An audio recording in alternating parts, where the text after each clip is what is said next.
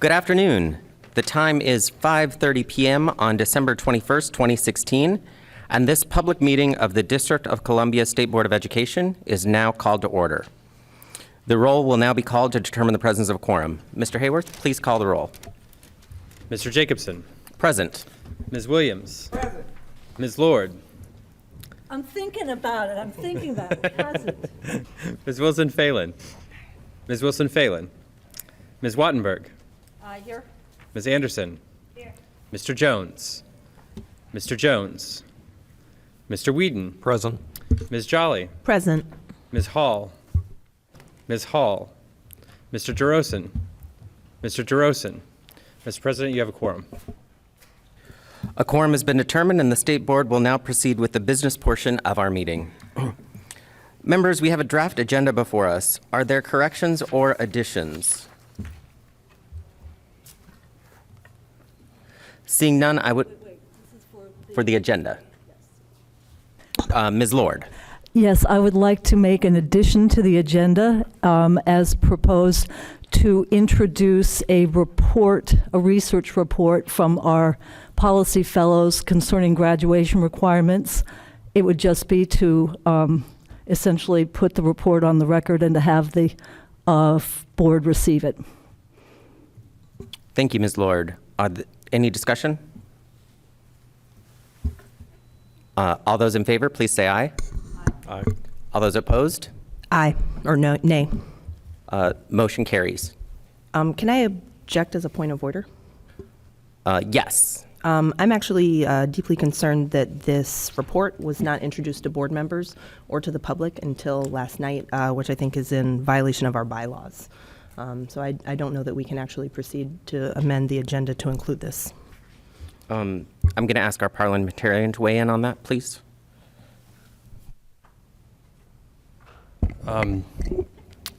According to our current bylaws, materials would need to be introduced to members prior to last evening in order to be adopted by the board at this meeting. I have a clarification. Is there a mechanism to override bylaws? Yes, the bylaws can be suspended with a 2/3 vote. All right. You've raised a point of order. Will you be objecting per the bylaws to the bylaws violation?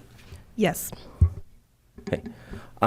Ms. Lord, you'd have the opportunity to ask for a vote to suspend the bylaws and allow your amendment, your item to be added. I would do it. Is that a motion or a request? You would move to suspend the bylaws. Okay. I would move to suspend the bylaws in this case, which is in order to accept work that was done for the board on the taxpayer's dime earlier this year. And so that's why I'm putting it on the agenda. Does Ms. Lord's motion require a second, Mr. Hayworth? Yes, it does require a second to suspend the rules. Is there a second to Ms. Lord's motion? Second. Seconded by Mr. Whedon. All in favor, or do we need a roll call vote on this? Since it's a 2/3, I would prefer a roll call. Okay. Point of clarification. What's the reasoning? Why do we need to accept this? I'm just not clear on the purpose of this. Our bylaws stipulate that materials to be considered by the board need to be circulated to board members and to the public. I think both in compliance with our bylaws and I believe Open Meetings Act as well, at least 24 or 48 hours in advance of a meeting.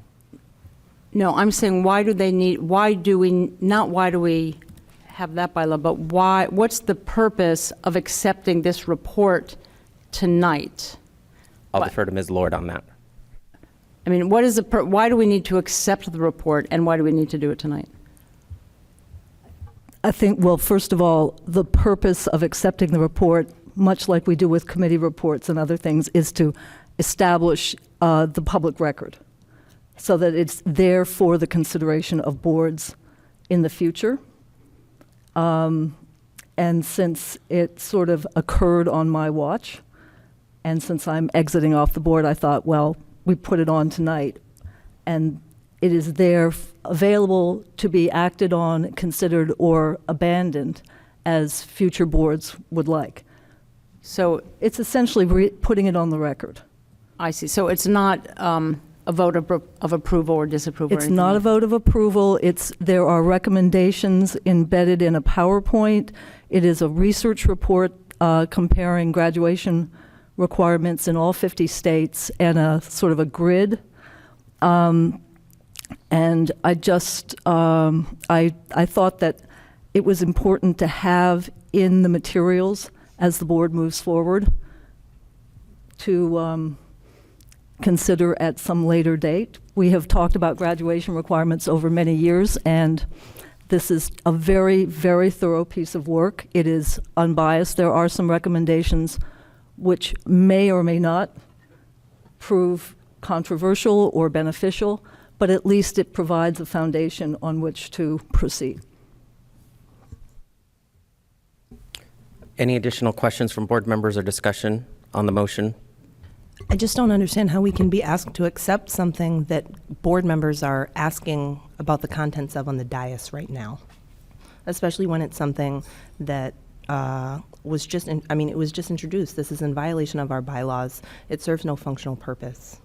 And the idea of setting a board's agenda for potentially years to come on an issue that hasn't been discussed, on a report that hasn't been able to be properly viewed and discussed by the board, I think is irresponsible. Well, just for... Ms. Lord. President, when we have documents, they are in the record, they are available for public view, they form a part of the conversation. It doesn't tip anybody's hand. It doesn't mean that we accept the findings or that we act on the findings, but unless it is part of the public record, it becomes lost to the public. It does not become part of the discourse. And it's simply putting it on the record, making sure people can see it, can review it, you can share it with constituents or triangulate off of other things. Otherwise, it literally becomes lost in the archive somewhere, and it is not officially raised in any public forum. And I'm going to interject to note for the record that Ms. Wilson-Phelan from Ward 1 has joined us. Is there additional discussion regarding Ms. Lord's amendment, motion to override the bylaws and Call the approve? question. Thank you. Let's call the roll. The question is on suspension of the rules. Mr. Jacobson. Nay. Ms. Williams. Ms. Williams. Nay. Ms. Lord. Aye. Ms. Wilson-Phelan. Nay. Ms. Wattenberg. Nay. Ms. Anderson. Mr. Jones. Mr. Jones. Mr. Whedon. Nay. Ms. Jolly. Nay. Ms. Hall. Ms. Hall. Mr. Jerosen. Mr. Jerosen. Mr. President, the motion fails. Thank you, Mr. Hayworth. Are there additional amendments to the agenda as presented? If not, I would entertain a motion to approve the agenda. So moved. Moved by Ms. Wilson-Phelan. Is there a second? Second. Second by Ms. Jolly. All in favor? Aye. Any opposed? The agenda is approved. Next on our agenda is approval of the minutes from the December 7th working session. Are there corrections or additions to the minutes? Hearing none, I would entertain a motion to approve the minutes. Moved by Vice President Williams. Is there a second? Second. Second by Ms. Wattenberg from Ward 3. The motion being properly moved and seconded, I will ask for the yeas and nays. All in favor, please say aye. Aye. Aye. Any opposed? The motion is approved. Good evening. My name is Jack Jacobson, and I am the President and Ward 2 representative of the State Board of Education. On behalf of the members of the District of Columbia State Board of Education, I want to welcome our guests and our viewing public to our Wednesday, December 21st, 2016 public meeting. The board typically holds its regularly scheduled meetings on the third Wednesday of every month in the old council chambers at 441 4th Street Northwest. Tonight is our last meeting of the calendar year. It has been one of the most productive years since the State Board was established. I want to thank my colleagues for their dedication to the students of the District of Columbia. It is because of the men and women on this dais that our adult students can now earn a state diploma, that our high schools can utilize competency-based learning, and that students from kindergarten to 12th grade now have health education standards that provide knowledge they need to make healthy decisions and to thrive. I would be remiss if I did not also acknowledge the staff of the offices of the State Board, the Ombudsman, and the Student Advocate, who work tirelessly on behalf of district students every day. Without them, none of this would be possible. On behalf of the entire State Board of Education, I want to publicly thank Jamiko Briscoe Kendrick, Joanna Smith, Faith Gibson Hubbard, Beth Tossell, Clarence Parks, Dan Davis, Khadijah Williams, Paul Negron, Sean Chalk, a former employee of ours, and John Paul Hayworth for their service this year. Your support is vital, and we could not serve the students throughout the district without your talent and your dedication. Thank you so very much. We will begin our meeting tonight with votes on a number of items designed to provide the State Board and its staff with a solid foundation for operation. Up for consideration tonight are new bylaws, which include the offices of Ombudsman and Student Advocate, a new policy manual to provide clarity to our staff and board members, a year-in-review report that highlights the activities of the State Board, and a list of budget needs that the State Board will be facing in fiscal year 2018, which begins on September 30th, 2017. The State Board will also consider a 2-year strategic plan that provides us with a foundation for the actions the State Board intends to take on accountability, graduation requirements, and other issues critical to the success of all district students. I believe this transparency will be quite helpful to the public and to us. The State Board will also hear from 5 individuals in its continuing work on the new school accountability system under the federal Every Student Succeeds Act. We are very appreciative that our witnesses are willing to join us and look forward to their insight. If you are interested in learning more about ESSA and its potential for district students, please visit our website at sboe.dc.gov/ESSA. There you will find a wealth of information about our work.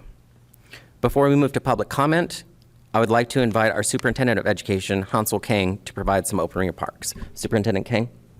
Thank you, President Jacobson. Again, my name is Hansel Kang. I'm the State Superintendent of Education, and I want to echo the President's remarks about how productive the past year has been. We've appreciated our engagement and partnership on important issues, including the state diploma, competency-based learning, and the health education standards, and have been excited to be able to work together on these important initiatives and move them to implementation. Similarly, we're excited about our ongoing engagement and partnership on the Every Student Succeeds Act and the work of designing an accountability system that works for our students, families, and educators in DC. We're looking forward to the panel discussion this evening, and I'm also excited to provide a brief update to the board on our ongoing engagement to date and the timeline moving forward. Finally, I just wanted to take a moment to thank and appreciate the board members who we've had the chance to work with at OSSE for the past year, for whom this is the last meeting. I know there's a ceremonial resolution coming later, but I just want to thank Tiara Jolly, Mary Lord, and Camelia Anderson for all your dedication and service. It's been a pleasure working with each of you. Thank you, Superintendent Kang, for those remarks. I just did want to let board members and the public know when Mr. Jones arrives, we will be taking a brief recess to take a class photo of the 9 board members. So I just want to throw that out there for everyone's preparation. We're now going to move to public comment. The State Board welcomes public participation in activities under our authority. At every public meeting, we begin with testimony from public witnesses on education-related matters. If you are a member of the public and would like to speak at a future public meeting, please contact our staff at SBOE@dc.gov or by calling 202-741-0888. Tonight, Kirsten Jones, Con Branch, and Kevin Jackson, all former State Board student representatives, have joined us. Please, I know I at least saw Kevin. Could come down to the table. We'll postpone until Kevin arrives. And in the meantime, let's move to governance items. Tonight, the State Board of Education will consider 5 items related to its governance and administration. We will begin with the proposed bylaws. The revisions to our bylaws provide a much-needed update to our operating rules. Although the operation of the official business of the State Board is generally governed by Robert's Rules of Order, with our executive director serving as parliamentarian, these bylaws provide specific information about how we function. They have been reviewed by the Office of the Attorney General and by the Ombudsman of Public Education and the Chief Student Advocate. Is there a motion on the bylaws as proposed?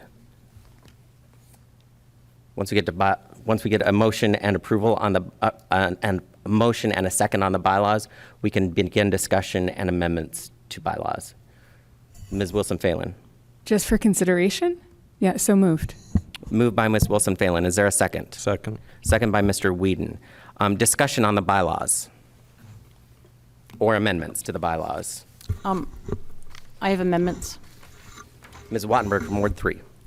Okay, 3, I think, simple amendments. We can just do them up and down.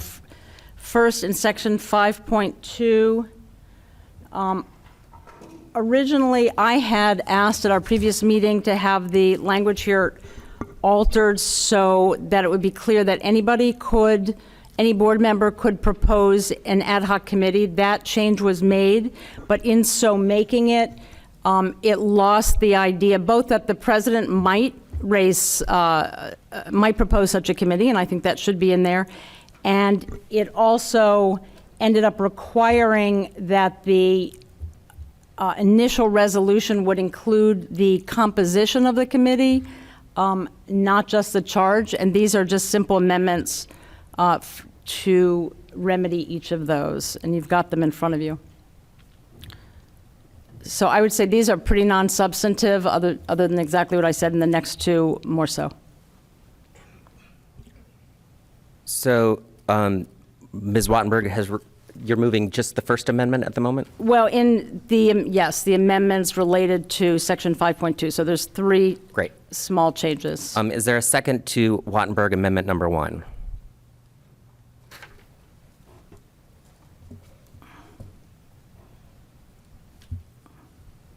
Sorry, it's in your packet. Where is it?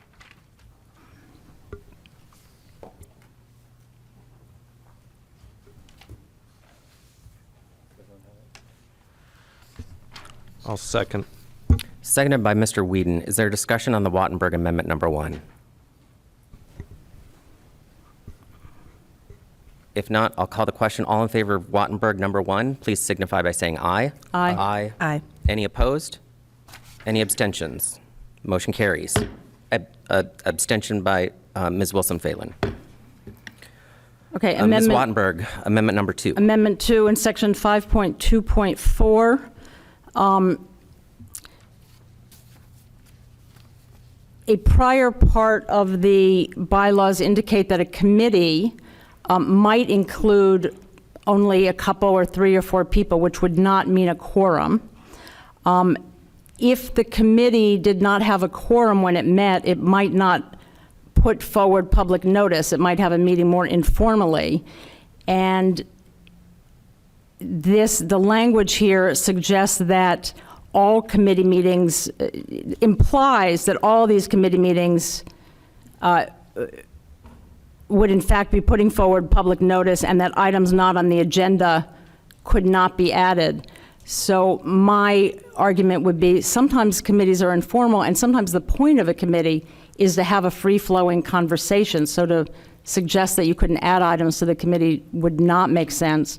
And anything, I just want to clarify this, anything that a committee did comes to the State Board of Ed. The committee itself would not be and does not take any formal action to commit the board to anything. So I see these simply as amendments that allow the committee to function as it needs to get the board the right information.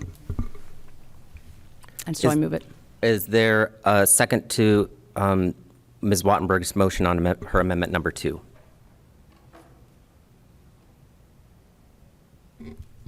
To allow basically the ad hoc committees to operate a little more freely. Second by Ms. Lord. Any discussion? If not, I'll call the question. All in favor of Wattenberg Amendment Number 2, please signify by saying aye. Aye. Aye. Any opposed? Any abstentions? Abstain. Abstain. Mr. Whedon and Ms. Wilson-Phelan abstain. Motion carries. Ms. Wattenberg has a third amendment. Yeah, in 7.4, it says, 7.4, yeah, that that staff and board members cannot, no, I can't find it, cannot lobby other governmental agencies on items under the jurisdiction of the state board. And it just strikes me that that is awfully vague and awfully difficult to stick to. Part of our jobs all the time is to talk to people in governmental agencies and to talk to people related to the mayor and related to the city council. And we may be talking about things that relate to education, and our mission, our authority includes advising on education. So I don't know where the word, if there's a formal definition for lobbying, but I think sometimes lobbying is talking to people and giving your opinion, and I wouldn't want to restrict members from doing that. Is there a second on Wattenberg Amendment Number 3? Second by Ms. Lord. Any discussion? Discussion. Ms. Wilson-Phelan from Ward 1. I actually think there is an understood and widely circulated definition of lobbying since it's prohibited in many places, including in the federal government 1 year after you leave an office. So instead of just sort of throwing out that there's probably no definition, there is a specific definition. And so What is it? I don't know. I haven't pulled it up, but I mean, maybe Jack knows. I might interject because I actually did ask Bega a number of years ago for an opinion on this regarding my own activities. Lobbying is technically when there is an exchange of money for your actions. Oh. If someone were to lobby another agency and be paid for that work, that would be lobbying. I think what Ms. Wattenberg, the point you're trying to get to is you want to be able to advocate to other agencies on issues important to you and to your constituents and to issues citywide that are education related. And I don't think that would be prohibited as the bylaws are. Well, if your definition of lobbying is in fact what is meant here, I certainly don't have an objection to keeping it in. So. Terrific. I As long think as we that's the understand case, that. and I think that is the understanding that we now have on the record, that lobbying would be an exchange of money for intervening with another agency, or other lobbying or other gifts. I mean, cash or other gifts. Ms. Lord. In the absence of a definition, I think that Ms. Wattenberg's point is well taken, that like art, it's in the eye of the beholder unless there is a specific definition. But furthermore, and I think this board should be a little bit chary of becoming the nanny state in its bylaws, because there are ethics rules that govern all of our elected officials, including this board's, and some of those prohibitions are clearly spelled out. If you are lobbying on behalf of Exxon Pipeline, and you come in and try to influence legislation about the pipeline, that's clearly lobbying. A number of board members have outside employment, outside interests, outside volunteer activities that involve in some way, shape, or form education programs. And they could, that could easily be seen of as not lobbying, not advocacy, but something in that gray area. So I was a little bit troubled by some of the provisions. In the interests of transparency and accountability, they make a lot of sense. But in point of fact, they start to sound like they raise red flags about the behavior and the ethics of the board members, and I don't think that was intended, but that could easily be how people read it from the outside. So I would support Ms. Wattenberg that in the absence of a clear definition of what we mean, that this could become a slippery slope. Mr. Hayworth, I believe you have a definition of lobbying from BEGA, which governs government activities. Could you read that into the record, Sure. please? From the BEGA website, in the lobbying disclosure forms, there's a FAQ on lobbying, and it says, under the Ethics Act, lobbying is communicating directly with any official in the legislative or executive branch of the district government with the purpose of influencing any legislative action or administrative decision. The term lobbying does not include the appearance or presentation of written testimony by a person on his or her own behalf, or representation by an attorney on behalf of any such persons in a rulemaking, which includes a formal public hearing, rate-making, or adjudicatory hearing before an executive agency or the tax assessor. Information supplied in response to written inquiries by an executive agency, the council, or any public official. Inquiries concerning only the status of specific actions by an executive agency or the council. Testimony given before the council or a committee of the council during which a public record is made of such proceedings, or testimony submitted for inclusion in such a public record. A communication made through the instrumentality of a newspaper, television, or radio of general circulation, or a publication whose primary audience is the organization's membership, and communications by a bona fide political party.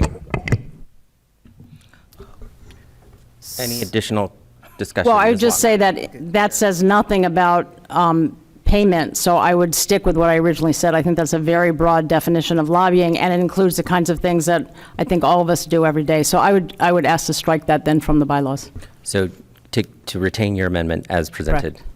Terrific. Any additional discussion? If not, I would like to call the question on Wattenberg Amendment number 3. All right. All those in favor, please say aye. Aye. Aye. Any opposed? Aye. Any abstention? Ms. Anderson is a nay. Any abstentions? Motion carries. I have an amendment. And I'm sorry, I have one more which I did not submit. I'm sorry, I had a conversation with Mr. Hayworth about it, and I realized I did not submit one. So let me just raise this. When we first talked Ms. about this. Wattenberg is recognized for her fourth Sorry. amendment. Sorry. When we talked about this at the last meeting, there was concern with the way the ethics portion was written out and that it wasn't specific enough. And in response to that, Mr. Hayworth appropriately put forward a huge section on it. And I think it is extreme.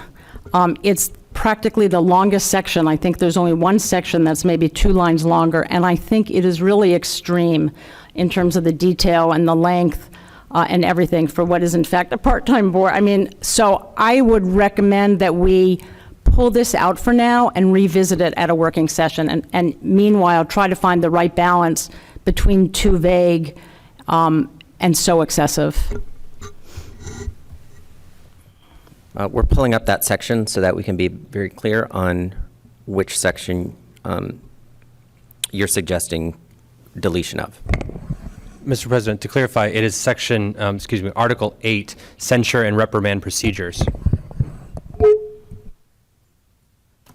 Are you proposing to delete the entire? Well, what I'm proposing is to hold it, if we could do that, so that we can revisit it at the working meeting, which I guess would mean holding the entire set of bylaws until, I guess that would mean we'd have to hold the bylaws until the next meeting, correct?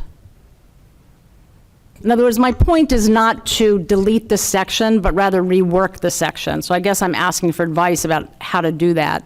If there's a way to adopt everything pending this, I'd like to do that, but that would then put us in the position of adopting bylaws without anything on this, which I think is also inappropriate.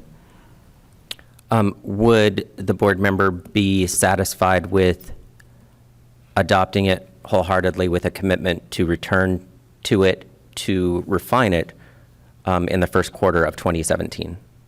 And pare it back per your suggestion? Yeah, especially if we could say specifically, could a refinement and modification be brought to the January working meeting? So that we could try to do it there and not just let it go on, and then I would be okay with that. I would have no objection to doing so. Do other board members have any objection to that?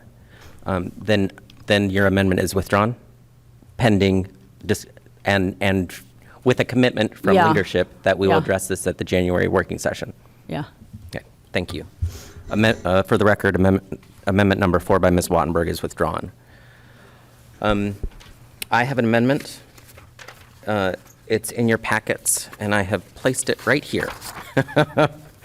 This will be Jacobson Amendment Number 1 on behalf of Ms. Gibson Hubbard, the Chief Student Advocate.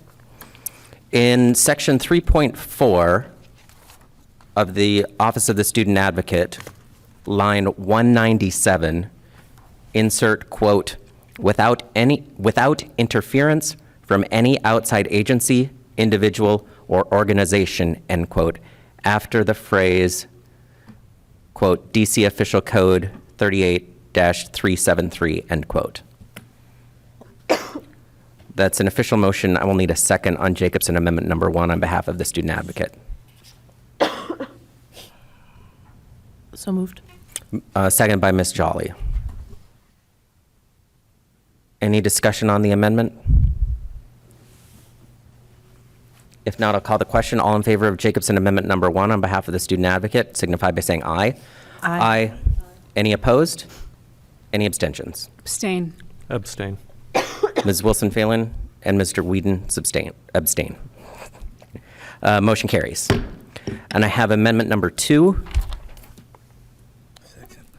This will be Jacobson Amendment Number 2, offered on behalf of Joanna Smith, the Ombudsman for Public Education.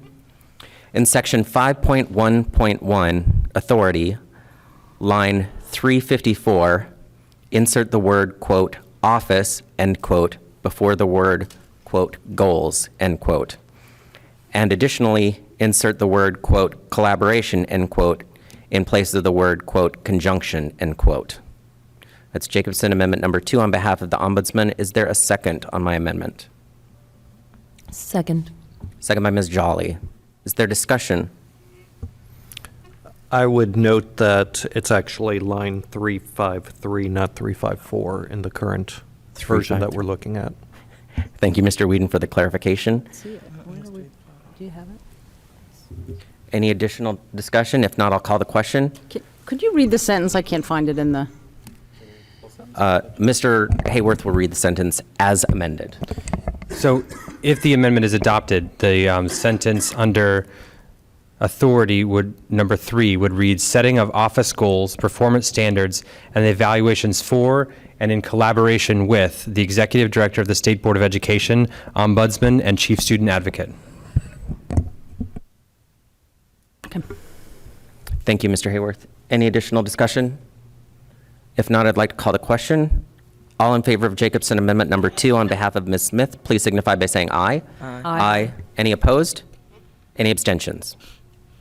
Motion carries. Are there additional amendments to the bylaws?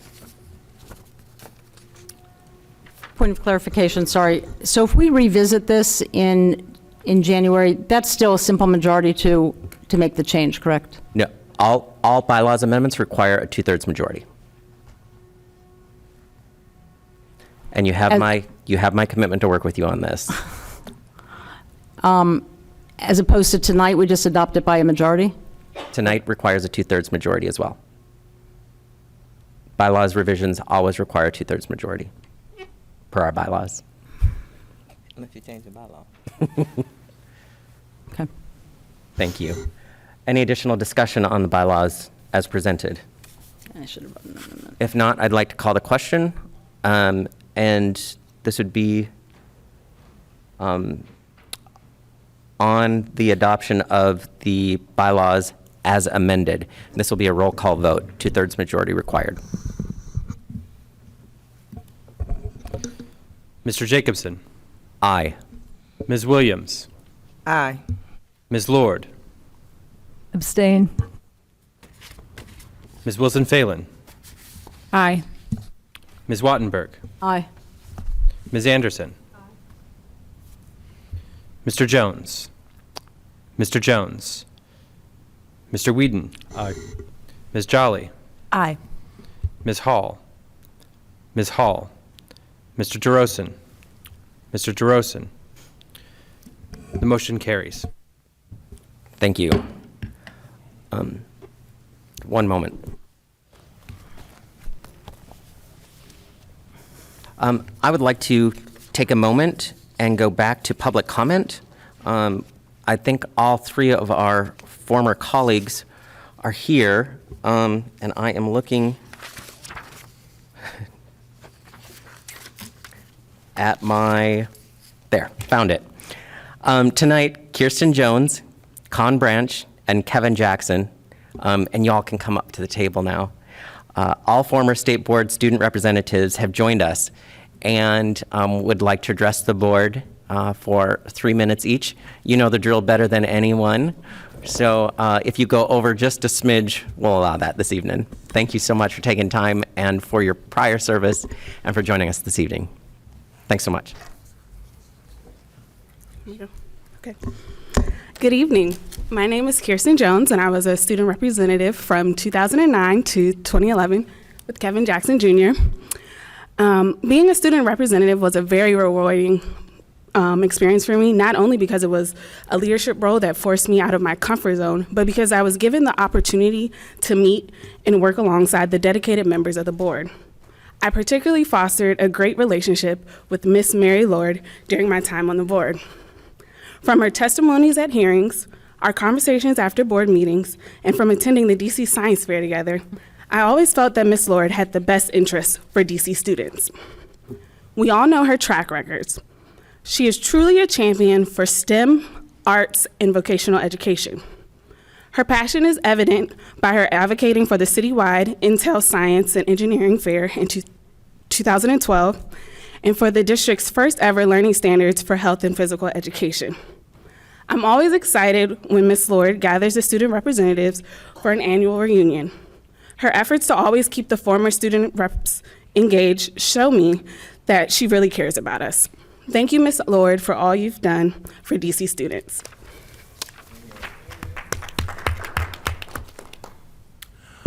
Mr. President, members of the District of Columbia Board of Education, I am thankful to come before you all as a former student representative to the Board of Education. When I was 17, I was appointed to the Board of Education under President Ted Trabue to set the stage as to when I was appointed and what the board looked like, assisted by then Executive Director Agnes Moss-Larry. After my vetting and confirmation, I was made a member, and I joined the Board of Education to serve for a one-year term. At my first meeting in September of 2011, I was sworn in along with other student representative at the time, Chris Jones. I had been told some of the things we would discuss, but all went over my head because it was my first meeting. Luckily, I was advised by my ward member on two important pieces of advice. Speak slowly, which I still have to practice, and don't be afraid to speak your mind. D. Camille Anderson, the Ward 4 member of the Board of Education, has been on the State Board of Education just a little bit longer than I had been when I had signed and taken the oath in September of 2011. She was first elected in 2011 during a special election and then on to a full term by the time I had left for college in August of 2012. During that time, Camille worked hard not only for the concerns of students throughout Ward 4, but throughout the entire city. Overseeing the concerns of students at Tacoma Educational Center with its new building and changes in leadership and staff to the needs of high-achieving students at Calvin Coolidge Senior High School who got caught up in the bureaucratic red tape that DC public schools tend to have every now and again. Camille has worked to support some of the greatest educational achievements in Ward 4, like the revitalization of Theodore Roosevelt Senior High School into what will no doubt be a major city-wide competitor, and Shepherd Elementary School community engagement efforts that have made that into such a great school that it is now. Camille, thank you for your service to education in the city of Washington. You have been a brilliant mentor and friend, and your insight in education in the city will be dearly missed. Going back to my first meeting on the State Board of Education in September of 2011, the meeting was longer than what it was expected to be because we were voting on rules changes to allow for the class of 2012, my class, to graduate. Almost all the city graduating seniors would not have been able to graduate because of some rulemaking that had been made by a previous board. And so throughout the entire meeting, there was a loud, I would say very eager voice critiquing what was going on, and that was the voice of Mary Lord. She served as a member of the board since 2007. Through her time as at-large member and Ward 1 representative, she has made an impact on education in the city of Washington that will last for decades. She partnered with university professors to argue and suggest changes to DC history and civics curriculum.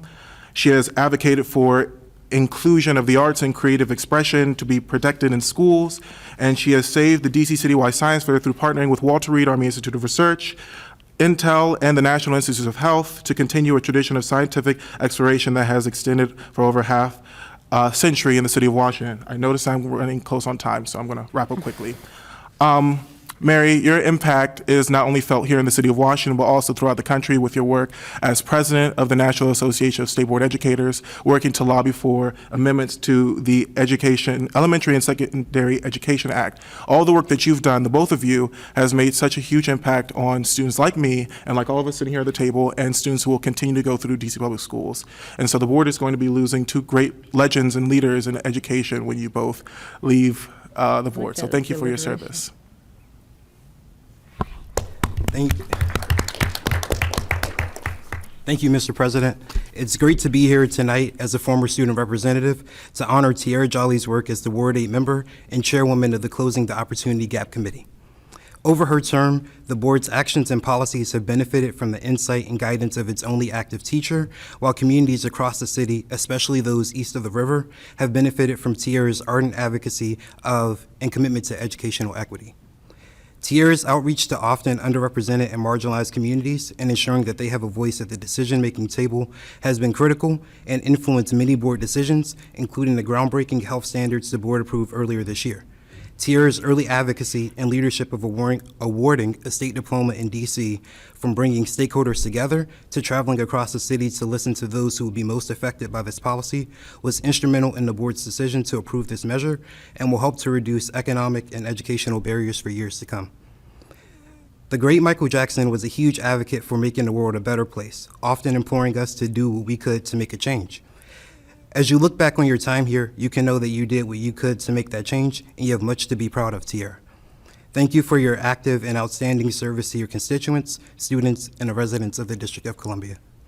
Camille, Tiara, and Mary, each of you have an exemplary record of advocacy, dedicated service to your community, and commitment to improving the educational outcomes for the students of the District of Columbia. Though your service to this body is ending, I know that each of you will continue to serve and fight for this great city and the many causes that you've championed. Congratulations. Thank you for your service. We wish you a happy retirement and the absolute best of luck in all of your future endeavors.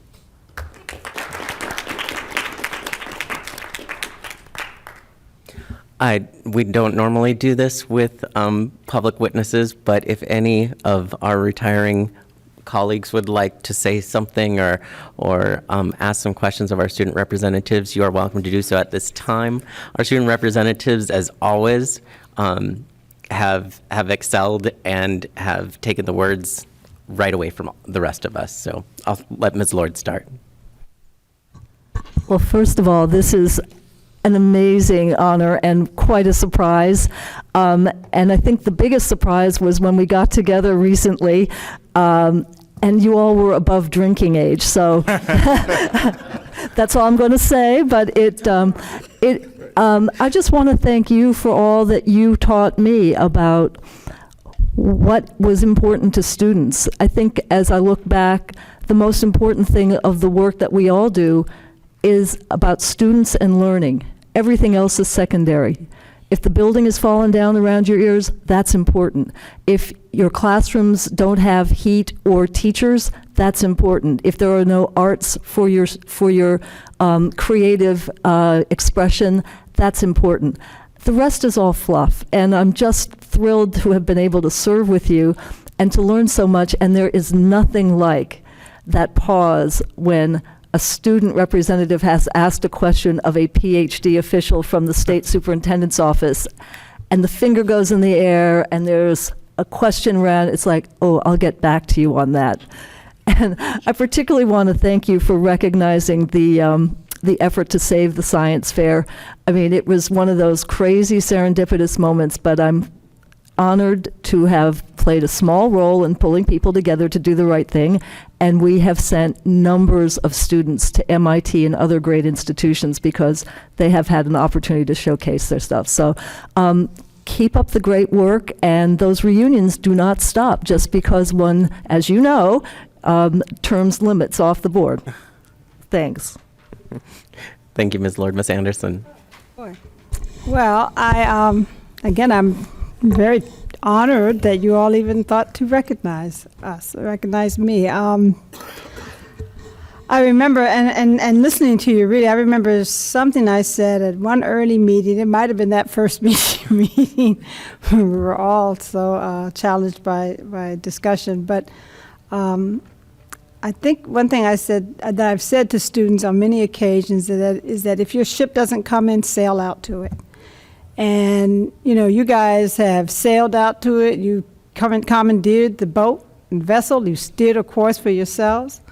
And, it just is overwhelming to me to see how well you comported yourself and carried yourselves out into the world. I mean, I'm just always impressed by the three of you particularly, but so many students in DC, who go out there and, despite all the challenges that we put before them in terms of trying to elevate the level of education that we can provide for our students, can somehow manage to overcome tremendous odds, and also go forward and help others. You guys are helping your classmates who behind you, your classmates, the underclassmen behind you, underclass persons behind you, to go forward. And I mean, I see nothing but just really great things happening for you, particularly in the future. But I see some very great things happening because so many people at the state board, the chancellor, the superintendent, the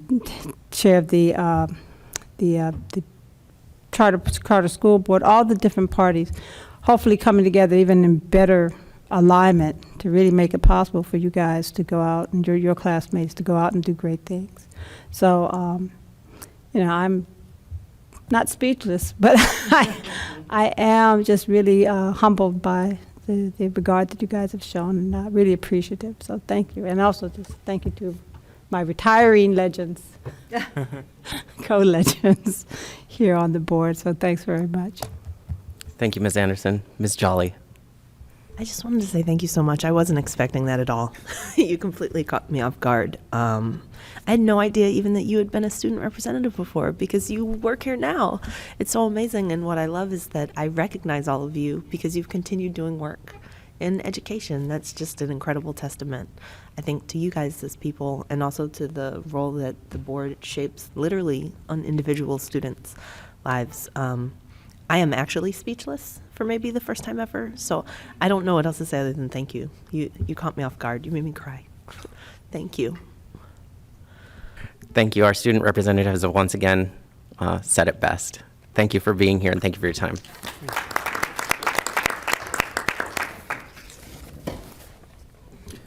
All right, we're going to get back to our regular agenda with the Policy and Procedures Manual. If any of our colleagues want to go and give a hug, I think that would be great. But we'll continue to work in the background. Next, we have our new Policy and Procedures Manual before us. This manual will ensure that our internal operations are consistent and that every member of the board and staff understand what the process is for administrative items such as procurement and annual leave. It is vital that our staff has the security of a grievance process, and we, as an agency, owe it to them to make the process clear. This is also the first iteration of a new policy manual. We will undoubtedly encounter items in the future that will need to be incorporated or amended, and will do so as the need arises. Is there, to get discussion going on the policy manual and allow amendments, is there a motion on the policy manual as proposed?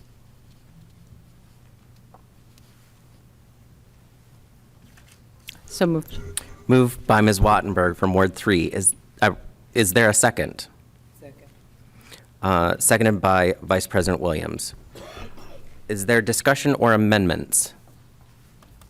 If I will start with an amendment.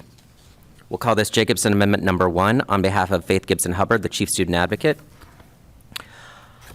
On page 3 to 4, under the Office of the Student Advocate, replace the text below, quote, Office of the Student Advocate with the following.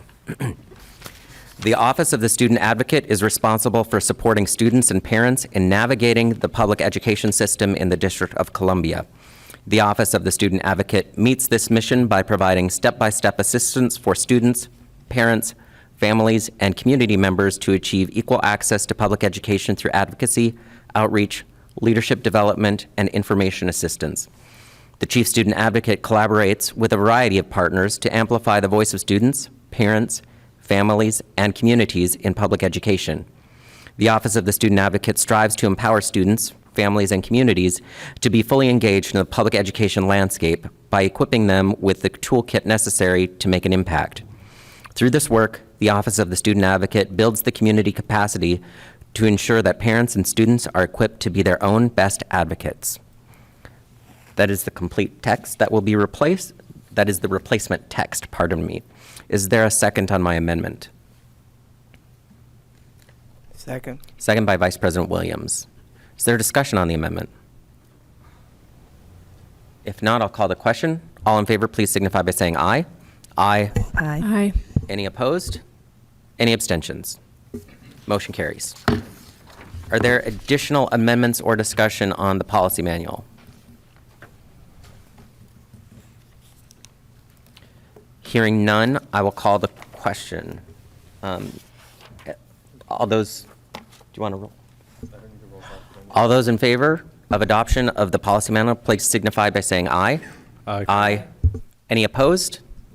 And any abstentions? Ms. Lord abstains, and Ms. Anderson abstains. Motion carries, and the manual is adopted.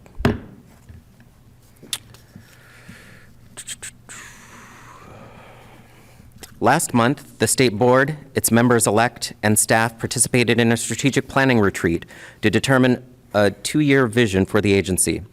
The resulting 2017-18 strategic plan is ambitious, but it gives us clear goals to shoot for. I am thankful for the hours of work the members-elect, and staff put into making this plan the best it can be. Is there a motion to approve adopt the strategic plan as proposed? So moved. Moved by Vice President Williams. Is there a second? Second. Second by Ms. Wilson-Phelan. Discussion or amendments? Hearing none, I will call the question. The vote is on the 2017-18 DC State Board of Education Strategic Plan with leave for staff to make technical and conforming changes. All in favor, please say aye. Aye. Aye. Any opposed? And any abstentions? Ms. Lord and Ms. Anderson abstain. The motion is approved. Each year, in accordance with our bylaws, the State Board reviews its work over the past 12 months to provide for the public a summary of its activities on their behalf. This year, we have highlighted 3 major accomplishments in our annual report: the state diploma, high school credit flexibility, and health education standards. Each of these accomplishments happened because of significant involvement and advocacy from the public. We are your State Board, and we are pleased we could move these issues forward in 2016. Is there a motion on the annual report as proposed?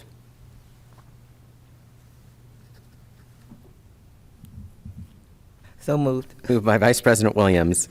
Second. Is there a second? Second by Ms. Jolly. Discussion or amendments? Yes, sir. Ms. Lord, our at-large member. I just want to commend my colleagues. This has been an impressive body of work.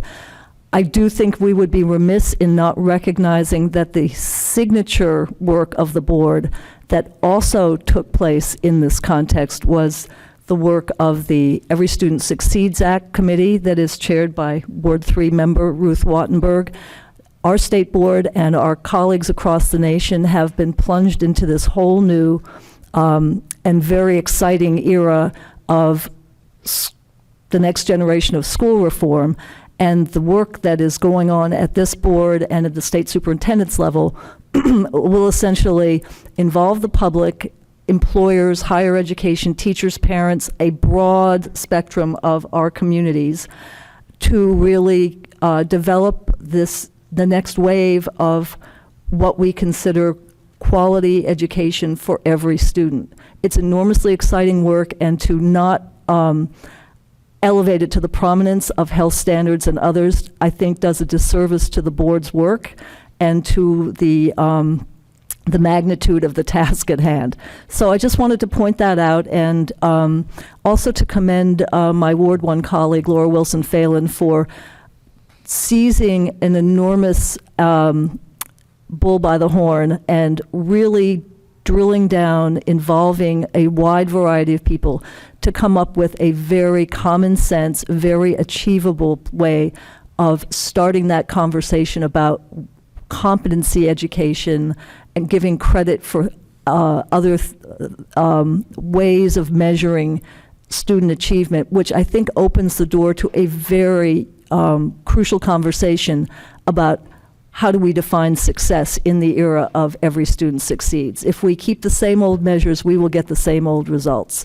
And I didn't fully appreciate it at the time, but the work that your committee did, your task force did, really, I think, opens enormous opportunities for reimagining student success in a way that really does drive the equity and the excellence and closes those opportunity gaps, as my Ward 8 colleagues committee so valiantly looked into. So that is just, I just want to put some context on this. I think that if we limit ourselves to the things we can tick off, we will never get the full import of our work, and that includes essentially driving and enriching what every student needs to know and be able to do in every classroom across the city. So thank you for indulging me. Thank you, Ms. Lord. Additional discussion? If not, the vote is on the 2016 annual report with leave for staff to make technical and conforming changes. All in favor, please signify by saying aye. Aye. Any opposed? Any abstentions? The motion is approved. The last item in our governance portion of the meeting has to do with our budget. The State Board's budget must be submitted to the mayor for inclusion in her proposal to the council. To put it simply, neither the State Board nor the offices of the Ombudsman or the Student Advocate are fully funded. In 2018, the District of Columbia government as a whole is facing significant budget pressures and reduced tax receipts. Today, the State Board will be voting to approve a list of budget enhancements that would provide needed funding for aspects of the agency's work. These include funding for independent research, additional staff members for increasing outreach and engagement. We do not make these requests lightly and urge the mayor and council to provide adequate funding for the statutory requirements of the State Board, the Ombudsman, and the Student Advocate. I'm going to ask our executive director to read the enhancements into the record, including who is proposing them and the dollar amounts, what they would do in the dollar amounts, please. I'm going to read all of these. Excuse me. And we'll consider these en bloc unless board members would like to take them one by one, but we'll read them into the record first. Annual Independent Research Report on Vital DC Education Issue. The amount is $35,000, proposed by Ms. Wattenberg.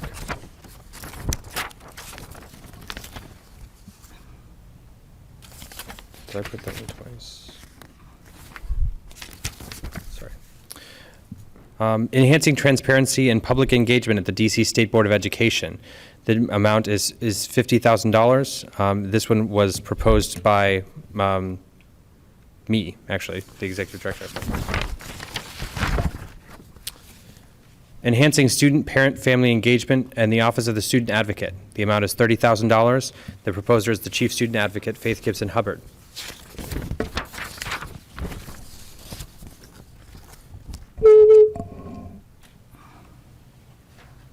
Additional full-time staff member for the Office of the Ombudsman for Public Education. Total amount, $85,515.66. Proposer, Joanna Smith, Ombudsman for Public Education. Enhancing Student Advocate Services. Proposed by the Chief Student Advocate, Faith Gibson Hubbard, at an amount of $81,821.91. Clarification on that, is that an FTE? Correct, it is an FTE. Thank you. Thank you. Enhancing data management abilities of the Office of the Student Advocate. Amount $50,000. Faith Gibson Hubbard, Chief Student Advocate, is the proposer. Enhancing data management system of the Office of the Ombudsman for Public Education. Proposer Joanna Smith, Ombudsman for Public Education, amount $15,000.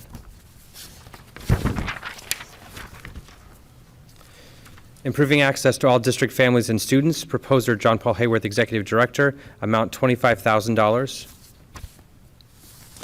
Modernization of the old council chambers at 441 4th Street Northwest, amount $75,000. Proposer John Paul Hayworth, Executive Director. Mr. President, that is all the enhancements.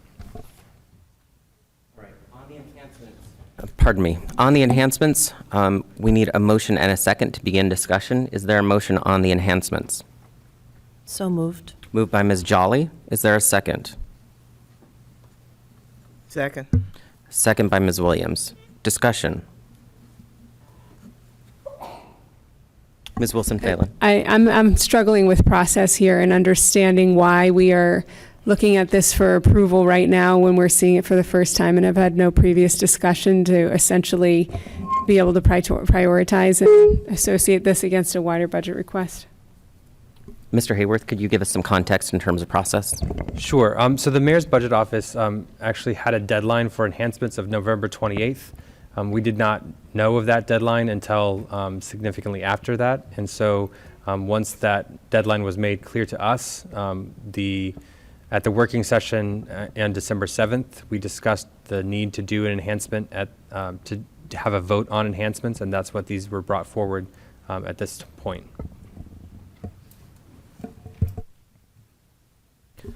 So being independent has its benefits, but it also has its drawbacks, and one of them is we're not treated equally in terms of timing as other agencies, and this is one where we're behind the ball through no fault of our team.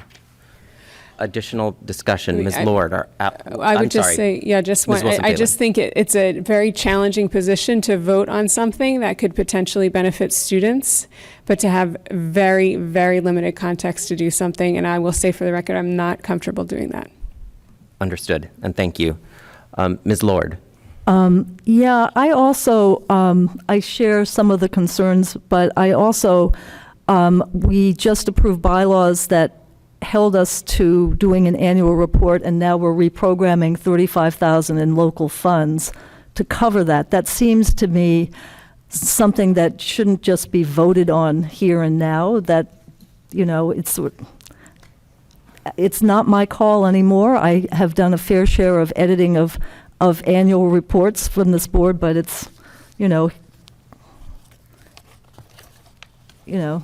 it sort of seems like we gave ourselves work and now we're going to reprogram funds to do it. And I think that sends a fairly, it doesn't send a signal that I would like to send.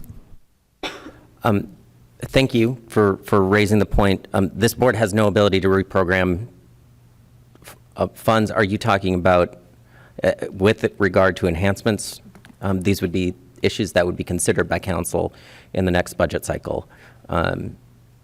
So can you clarify, Mr. Hayworth, again on process or substance? Sure. So the budget enhancement process, so these would be FY18 additional dollars that we are requesting to be added to our budget. I believe that what you're talking about is the annual independent research report.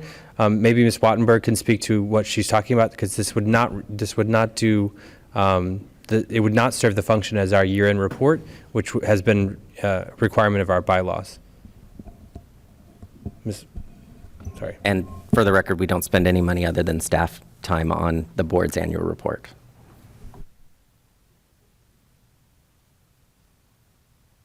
Just seems like $35,000 is an awful lot to expand on something that essentially was something the board decided to put in its bylaws and not something that immediately relate. I'm not saying we don't further the cause of transparency and a public understanding of the board's work by the annual report. I just think, there's $35,000 that I would find hard to justify. Yeah, are you talking about the I'll annual recognize independent Ms. research Wattenberg for report on clarity. vital educational issues? No, this is the annual report. Okay, I don't know what you're looking at. No? Right, that's totally different than the annual report of the State Board of Ed. Ms. Wattenberg, could you explain what your request and enhancement would allow the board to do? Yes. So the purpose of this is we talk a lot about using the bully pulpit of the State Board to advance educational programs and success in the city. And our role, our statutory role, includes advising the mayor, the council, and others, educational bodies, about a whole range of educational issues. And this would be the undertaking of a special research report on a topic chosen by the board that would allow us to play that role in a much more serious way. For example, the one example that I use is the work this year of the Committee on the Opportunity Gap, which took a look at the incredibly high teacher turnover rates in DC. So the idea here would be to get an independent researcher with independent outside credibility who could take a look at this and report to us exactly what's going on. That would in turn allow us to raise city awareness about that issue and propose recommendations that could be taken to the appropriate places.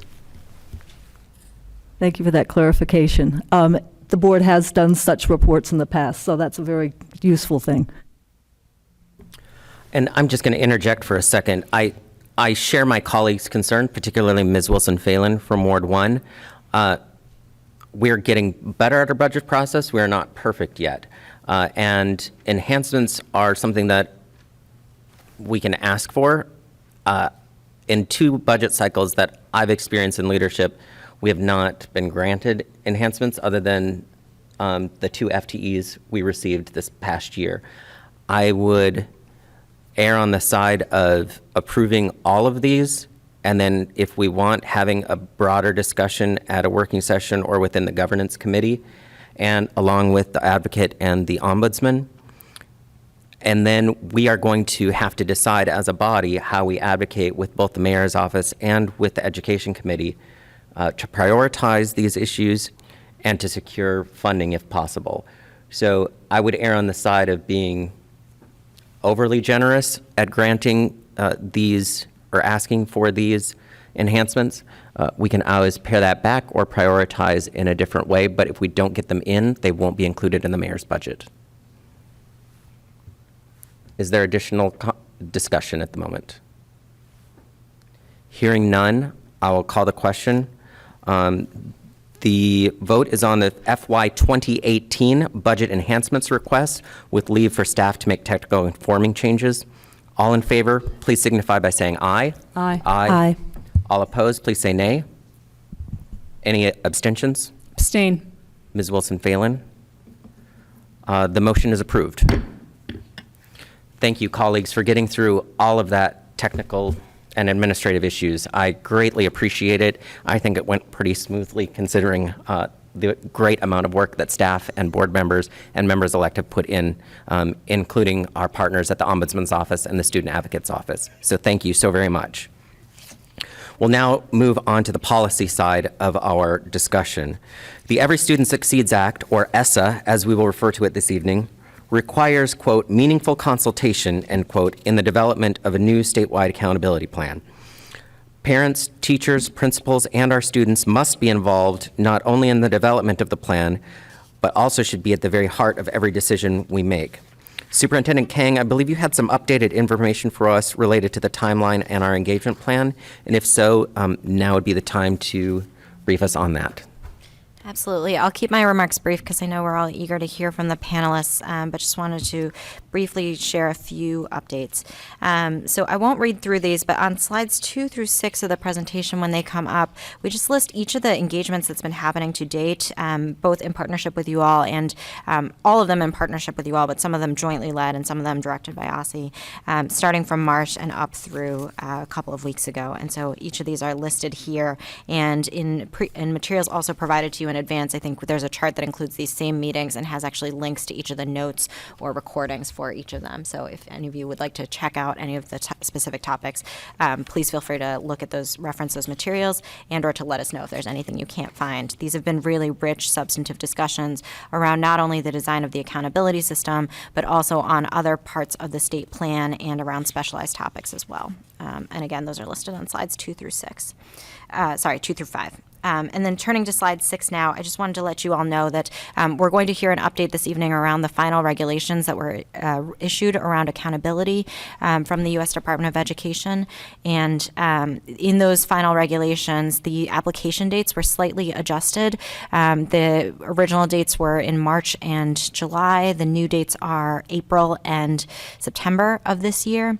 And I wanted to let you all know that we remain committed to submitting to the U.S. Department of Education at the first deadline, which is now April 3rd.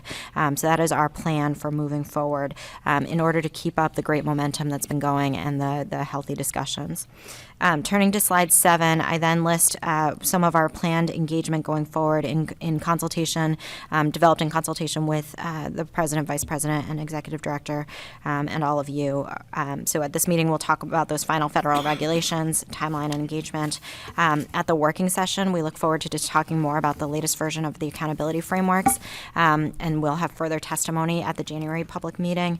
From January 30th to March 3rd, we hope to have public comment on our state plan, and particularly during that time period from February 6th to March 3rd, we plan to host meetings in each of the 8 wards, co-hosted by the State Board and by OSSE, and we look forward to partnering with you all to figure out how in each ward, what setting, what format makes the most sense. And then at the February 1st working session, we can continue further discussion. At the 15th public meeting, further public testimony.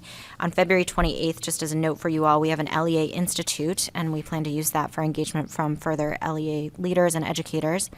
From March 3rd to the 15th, we will work on revising the state plan based on all of the public comments we received, and then we hope to bring the plan to you all for a vote at a special session on March 22nd, and then be able to submit on April 3rd. We expect then feedback and approval from ED by August after a 120-day review period. So I just wanted to share that brief update on timeline and some of the upcoming engagement that we have planned. Thank you, Superintendent Kang. Are there questions related to the timeline or engagement plan? Hearing none. Ms. Wattenberg, our chair of the ESSA committee.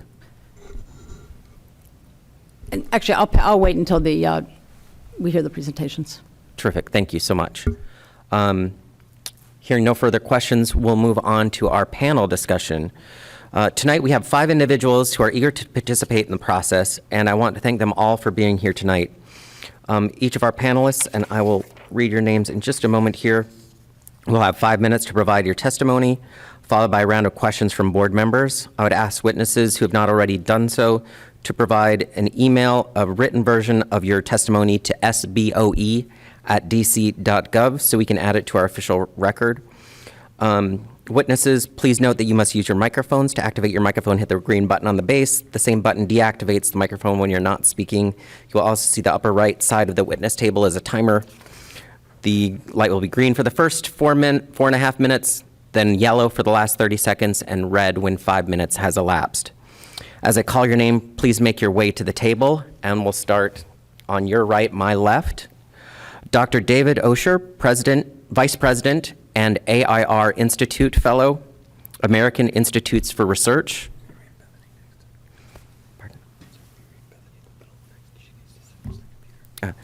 Bethany Little, Principal, Education Council.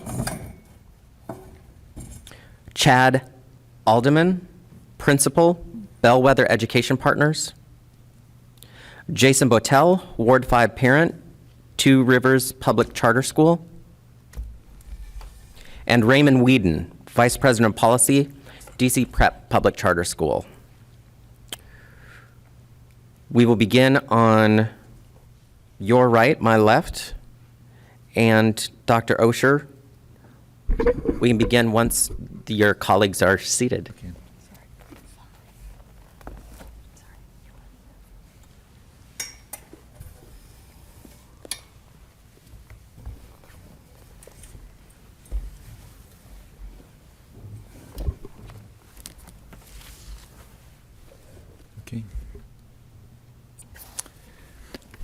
Thank you very much for the opportunity to present. My name is David Osher. I'm a Vice President and Institute Fellow at AIR. That my work over the past 30 years have focused on issues of how do we improve student learning, how do we turn around low-performing schools, how do we promote educational equity and reduce disparities. And in that work, one of the areas I have focused in on is the issue of school climate. And in terms of school climate, I've both developed and studied these issues in cities like New York and Chicago, in states like New York State and Nevada, and have done work for the federal government, which has enabled me to work with 11 states that have implemented school climate, and also to help the government develop its new freely available school climate survey. That in the work you're doing, I think it is really important to address and measure what I call conditions for learning, and particularly those social and emotional factors that are close to the learning process. Students feeling safe emotionally and physically, students feeling connected and supported, students being engaged and feeling that challenge is relevant to them, not just to other people, and being in an environment where students' peers and the adults around them are socially and emotionally competent, or what I tend to see as being very, very close. And whether it is these or other aspects of climate that are actionable and close. Some aspects of climate are sort of like ambiance that I wouldn't be that concerned with. But these are elements that within an accountability system I think are includable. And while I would not make it the only measure, I think they're really worth considering because of the fact that we now have enough years of research experience to know how to do them, climate surveys, well, in ways that they're valid and reliable, how to prevent them being gamed, and how, I think most importantly, to use them in a way that are actionable, that are practical. That there are ways of doing this right now that are not cost intensive, and that's one of the things that I think was important when the federal government created a suite of 4 surveys, one for teachers, one for students, one for other school staff, and one for families on an online platform where the federal government does not collect the data, but they can be used and reported out immediately at a school level, at a district, and in this case, a district and state level. I want to just use an example of a place I've worked to give you a picture of why I think this is important. Cleveland, and I'm picking Cleveland A because I've worked in Cleveland, but also because of the fact that a lot of the factors that Cleveland struggles with are factors that are struggles here. And in fact, the chief academic officer in Cleveland is somebody who came from the district at one point. Cleveland's a city where 100% of the schools and students are eligible for free or reduced lunch. It's a place marked by chronic poverty, and also faces the same issues of racism that really mark the city as well. Cleveland started trying to address conditions for learning in 2008, and have used an instrument that we've developed. It's not the one, it's available to you as well. It's not the one that I would say here. I think you ought to use the federal government's one because I think it really had resources to develop it well. And while I like the other survey I did, this one really works equally well, and it's free, but it gives us nice data. Okay, and Cleveland has used this to really start turning around a district that really was powerfully underperforming in 2008. And what they measured was whether or not those 4 conditions for learning that I mentioned were there. And let me just give you a sense of what we found when we looked back in 2013. We've looked back again right now, and we're about to do some more work to really start following these things longitudinally. But what we did was in Ohio, there's a school improvement index, and it's about test scores. And we looked at the relationship between changes in conditions for learning and changes in the school improvement index. And what we found is that basically, I'm just summarizing this, over each of the years at an elementary school level, about 40 to 50% of the variance is explained, is predicted by changes in conditions for learning. At a middle school level, 50 to 65%, and a high school level 60 to 70%. Okay, so these are not things that are trivial. We know from other work we've done in Chicago that there was a more strong correlation between students feeling safe and state tests than there was in students feeling academically challenged, though it reverses when we talk about grade point average. I wouldn't just measure climate, but I do think I would not ignore it, and in fact, it's one of the things that would be critical in turning the district around. Do I have 28 seconds, or am I over? I'm over, so. thank You're you over, very much but for we'll your let you time. wrap up. Thank you so much. The next witness? Do you want us to go back in that order? That's fine. We can just, whatever's easiest. Can we get everyone?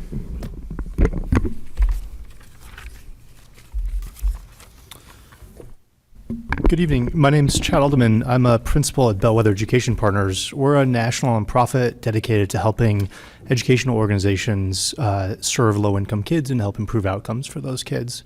I approach accountability primarily through a researcher's lens. I've done research on it. I read about it and write about it. I've also served in the U.S. Department of Ed and helped states think about their accountability systems from that angle as well. But what we're talking about tonight is really about school accountability systems. The federal law dictates that states create a school-based accountability system that is able to identify schools that need improvement. To do that, I suggest that states use three guiding principles in how they think about accountability. One is that the systems should be simple. Any parent or any teacher should be able to understand the overall system as well as the indicators that go into that system and be able to pick it up, any report, and be able to understand what that means.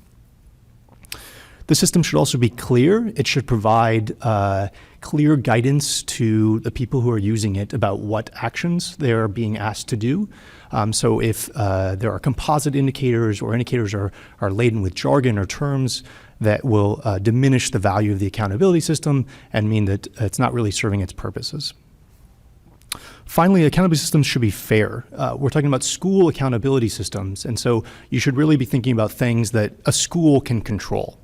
So things like resources or sometimes the teachers or the curriculum often are not determined at the school level, and so it would be unfair to hold a principal accountable for those things that he or she is not able to control. Accountability systems are a signal about your values, about the community's values, about what you think really matters for your kids and your communities. And so it should measure how well students are performing against those values over time. They're a state's best tool to signal those priorities. By setting some priorities and setting those accountability systems, you're essentially sending a signal to all of the community about what you're valuing and how they should respond. Accountability systems can lead to unproductive responses. We've seen under the No Child Left Behind that it can lead to over-testing. It can lead to focusing on the wrong-term things. It can lead to short-term emphases as opposed to long-term investments. And it's important to think through potential unintended consequences of any indicators that you include. I know of one state that's including having basically a panel of students and teachers come up with responses to every indicator that's proposed, how it might be gamed, which seems like a creative way to deal with and preemptively figuring out how the system will be actually implemented on the ground. We also know that accountability systems can lead to positive both long and short-term outcomes for kids. In the short term, they can lead to higher test scores. In the longer term, they can lead to higher graduation rates, to higher college going rates, and even things like lower teen pregnancy rates and higher earnings for kids over time. So it's important for the state to be careful about how it's designing the system and what goes into it. There might be some measures that are better suited to other purposes, that not for an accountability system. For example, you have a formal accountability system which will hold schools accountable and that will identify schools that need to improve. You will also have a report card that has other information that can provide contextual information about the school and that parents might want to see, but maybe all those indicators on the report card aren't as valid for the accountability purposes. You also have school improvement processes. So once schools are identified for improvement, they will go through a planning process to determine what they would like to do and how they would like to improve. And some of the indicators that we might think about as important for schools belong more in that school improvement process as leading indicators about what schools can monitor as they're trying to improve their outcomes. Finally, I'll just say that in the simplicity point, it's complicated. The law also requires that every indicator that's included in the accountability system be disaggregated for 10 groups of students, subgroups of students, which we all care about. Students with disabilities, low-income students, students of major ethnic and major ethnicities. And so by any indicator that you include in the system, you're actually including 10 different cells because each indicator must be reported for each of those 10 different groups, and which can get very complicated very quickly. So I'll conclude by just saying once again that this is an opportunity for the state to send a signal to your schools, to your teachers about what you value as a community and how you're hoping for them to respond. Thank you so much, Mr. Alderman. Good evening. Thank you very much. My name is Jason Botel. I live in Ward 5. I have 2 kids, a kindergartner and a 2nd grader who attend Two Rivers Public Charter School at the Young campus. They started there last year, the first year of the campus. And really, the main point I want to make is it's very important to me as a parent that primarily what your accountability system measures is how well students are learning. How well are they achieving proficiency rates, and how much learning growth are they making? And that's all students. My children happen to be African American, so it was very important to their mother and me that when we were looking for a school, we saw a school that was doing well with students in the subgroups that you just heard about, particularly with African American children. And we're very hopeful that the accountability system that you ultimately develop and approve looks exactly at that all students are being served well at each school, and that's really rooted in data about how the students are learning. I would agree with some of the things that have been said, that there's a lot of important information that's important to parents. A year and a half ago, we had our first experience with mysschooldc.org, and it was helpful to see a lot of different information. And so the school report card, which I believe ESSA requires, is a place to put a lot of information that is important to parents. But again, when you come down and say this school is succeeding, or this school needs intervention, or this school is failing, it's really important to me as a parent that is based on how well all children are actually learning. I am concerned with things I've seen in other places that, there's always a possibility to focus on inputs or other things. Again, not to say that they're not important, but at the end of the day, if the children are not progressing academically on measures like the PARC, which fortunately does measure growth, getting scores they need on things like the SAT and the ACT if they're interested in going to college, if we're not measuring based on that, then my concern is that our kids are not going to have the skills they need to be full participants in our society, contributors to the district, able to take care of their parents when we get old, and all the things that are important for them as they grow up. So again, I just really strongly recommend that you root the accountability system in actual academic achievement data. And I guess the last thing I'll say, my children are fortunate enough to not be growing up in poverty, but we know a lot of children in DC are. And again, if we don't look primarily at whether children in poverty are achieving academically, making academic progress, then we run the risk of those children continuing to be in poverty when they grow up. And we have this fantastic city and all of these opportunities, and it's very important, obviously, I think we all agree, that there's equity for all children, that they have the opportunity to take advantage of everything that the city, that the district has to offer. And I really think we can only do that if we're focusing primarily on how much kids are learning, whether they're achieving at the levels they need to be successful adults when they grow up. Thank you. Thank you so much, Mr. Patel. Ms. Little. Thank you very much for your service to our city and for the opportunity to speak with you here this evening. My name is Bethany Little. I work with Education Council. We are a mission-based organization that provides consulting services in education policy, law, advocacy, and strategy to nonprofit organizations and foundations. What that means these days is that we do a great deal of talking about ESSA and ESSA implementation, particularly with states and with districts who are working to understand what does the law say, what does the law mean, and how might they implement it in its best form. I appreciate the opportunity to speak with you a little bit about the most recent regulations on ESSA that have been released. I'm going to focus, there are significant questions about whether or not those regulations are going to hold and be the regulations that in fact govern ESSA going forward. So I'll speak a little bit about what we know as the possibilities there, what might be likely, and then as time permits, hit a few high points from those final regulations. I do have a couple of PowerPoint slides in case they're helpful. This one you can't read, and that's okay. It's largely just a timeline that shows all of the work that's gone into producing these regulations. These regulations stem from, first and foremost, the law as it's written, negotiations in certain areas with panels of experts and individuals brought in for that purpose, draft regulations, public comment, and then final regulations. We've received final regulations on the assessment pieces of the Every Student Succeeds Act, and most recently on the accountability and consolidated state plan pieces of the Every Student Succeeds Act. What is also still in draft form but expected to be finalized under this administration are the supplement, not supplant regulations, and then it is possible that a new administration would add additional regulations. The most recent regulations on the accountability section and on the consolidated state plan are the source of a lot of focus, and so we'll talk most about those this evening. One question on a lot of people's minds is, are these regulations going to stick? What are the possible dispositions of the ESSA regulations? And I point you to two opportunities to consider. The first thing to know is that the law will remain in place. It is possible that Congress will revisit that law, but every indication from Congress is that there's bipartisan commitment to keeping the law in place as it was recently passed. The regulations do have the force of law, but as they are promulgated by an agency, they can be re-promulgated by that agency. So one option is that the Department of Education unilaterally at any time can either delay the implementation of those regulations with a simple notification that says delayed until further notice.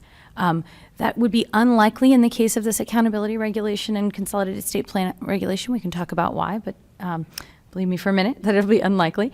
The other option is that they can re-regulate, and they would have to go through the same process, notice, comment, and drafting of a new regulation. So that's one way that the regulations could be changed. The second is by Congress. Congress could pass a new underlying statute, again, unlikely. They could put provisions into another statute, such as an annual appropriations bill that would say certain parts of these regulations are not going to stand.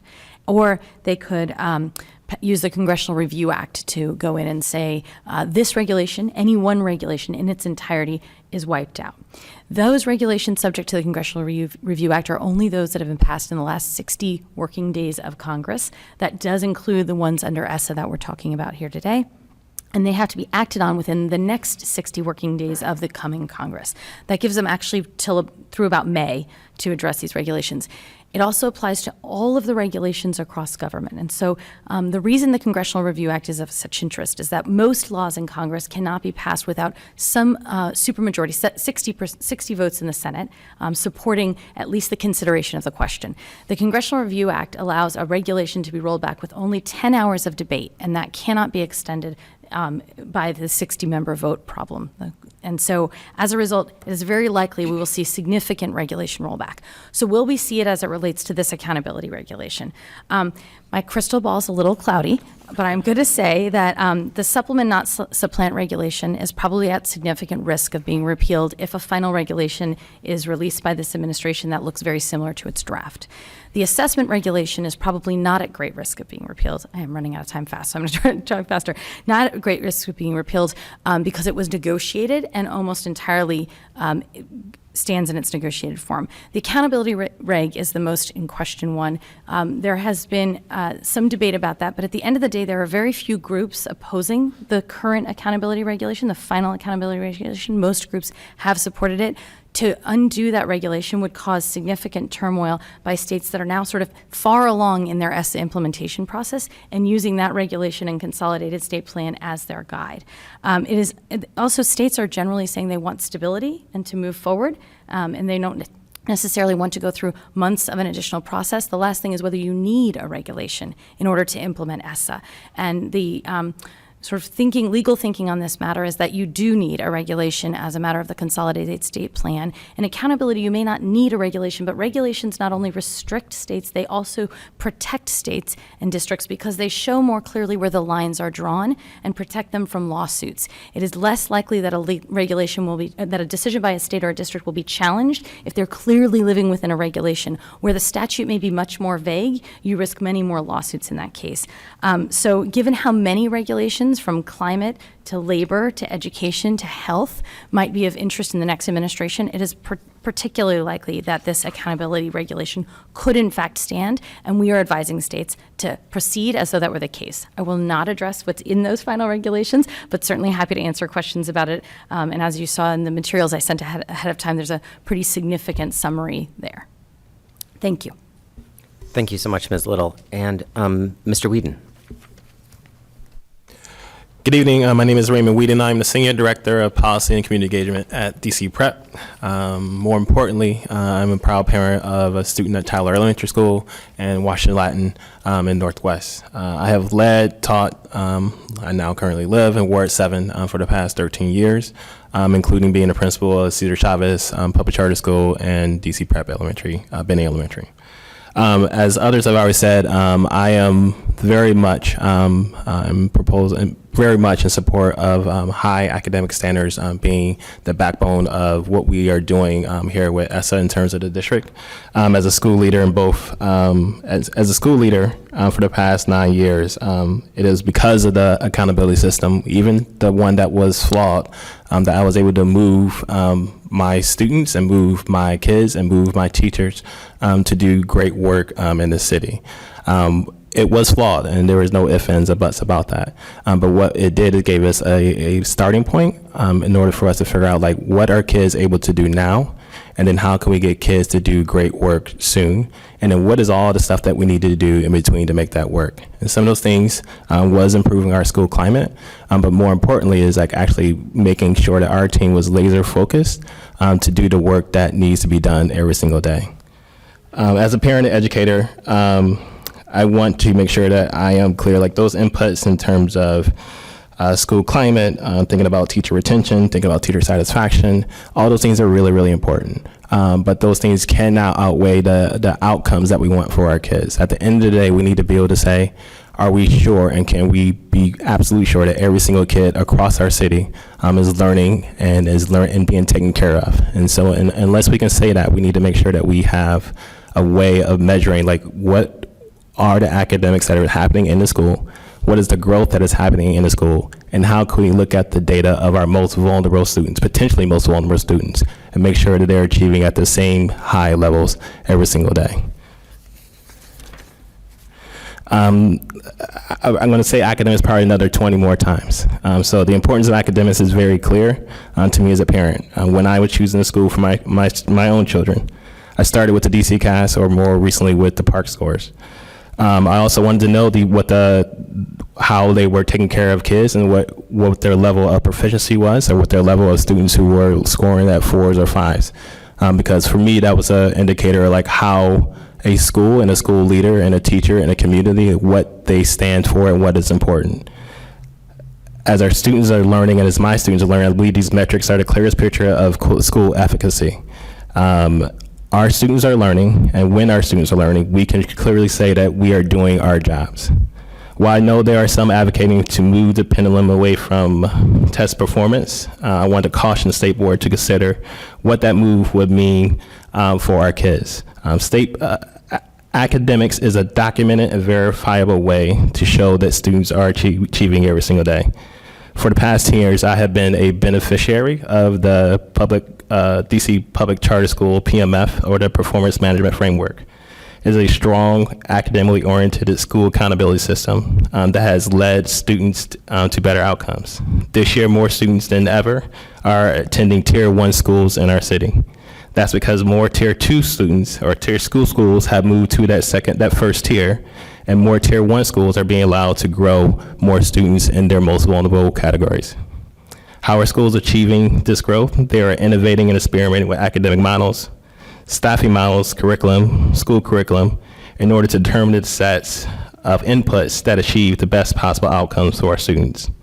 DC's education agencies should set clear student outcome goals and hold schools accountable to achieve them, but give teachers and leaders the autonomy to determine the right sets of inputs that will achieve the commonly stated goal. To conclude, I believe that the state accounting system should be a combination of the strongest and most reliable measures of student success, with a room for innovation at the LEA level. So only then will we have more equitable systems where more students in more public schools are able to achieve academic process across all our wards. Thank you. Thank you so much, Mr. Whedon. We will now have questions from board members. We'll do 5-minute rounds, and we'll start with the chair of our Committee on ESSA, Ms. Wattenberg from Ward 3. Ms. Wattenberg, you have 5 minutes. Okay. First, thanks to everybody. I'm going to start with Mr. Alderman, but I'm hoping all of us will get around to you. You talked about how the accountability system really signals our values, and that it is our way to communicate our values to the city. One value that I have, and when we last, in our November meeting, we had a number of public witnesses come, and one of the values that was talked about at length was what we've heard here about academic achievement generally. Another that was raised a lot was the whole idea of a rich, broad curriculum, and especially at the elementary school level, that the focus just on the reading and math scores was really leading schools not to value those subjects. And we got a lot of requests, a lot of push to try to include that in our accountability system. And I know you've written on that, and I wonder if you could talk to us about how we might value that in an accountability system. Yeah, I'll start by saying that some of what Dr. Usher was talking about is there's science to things. In accountability, there's more art, and it's a balancing act of how you weight various things. The one caution I would give is the difference and distinctions between inputs and outcomes. So if you value a broad-based curriculum, for example, and you say all kids should have art, what might happen is that the schools will then create art classes that aren't really what you would think of as art. As opposed to if you really care about art, you might look at something that kids are demonstrating proficiency at art or doing some sort of portfolio model or other things. Similarly, for social studies or science, you would think about how to measure some outcomes for those things. There might be other ways to embed a well-rounded curriculum beyond things like inputs. So, for example, at the high school level, if you include something like advanced placement, course taking, and course passage, there are a number of advanced placement courses in things like art or computer science or the sciences, and a coding, computer science, a wide range of different things that any student could find their niche and demonstrate proficiency on. And those they're an outcome. So we have objective, verifiable information that they're national. We can see how DC students compare to other students as well, as opposed to some other things that might take a little more subjectivity to it. Just to follow up, I believe at one point you had proposed having sort of a curriculum indicator in one of the papers that you did. Yeah, so one of my papers proposed what's called a school inspection or a school quality review. And the reason I proposed that would be to incorporate a bunch of holistic information about a school that we don't necessarily know how to weight all of those indicators, or we don't know the correct choice of each indicator. We might not have the same vision for every school, but a holistic review process would allow trained experts to go in and say, are the kids being challenged? If it's an art-focused school, are they still being challenged to meet high expectations within that focus? Are they still following the state standards? And that review holistic process would incorporate subjectivity in a more thorough way. Mr. Osher, two questions. One, in thinking about school climate and in using it as a way of helping to create a holistic evaluation of the quality of a school. Could you give us a few examples of some of the questions, some very specific questions that might be on it? And I'm particularly interested, and I know, we've heard it from panelists tonight, and I've heard it from others as well, that we don't want to overly direct or prescribe to schools specific practices. And yet, I think there is an interest in having the kinds of conditions exist in schools that lead to achievement. And so I'm sort of curious how you balance that out, what these questions look like and the extent to which they are prescriptive of a practice. Okay. First of all, let me be clear. I am all about achievement. I'm a former academic dean at a college, and so this is about creating conditions so that the students who are achieve more, as well as other students are able to achieve.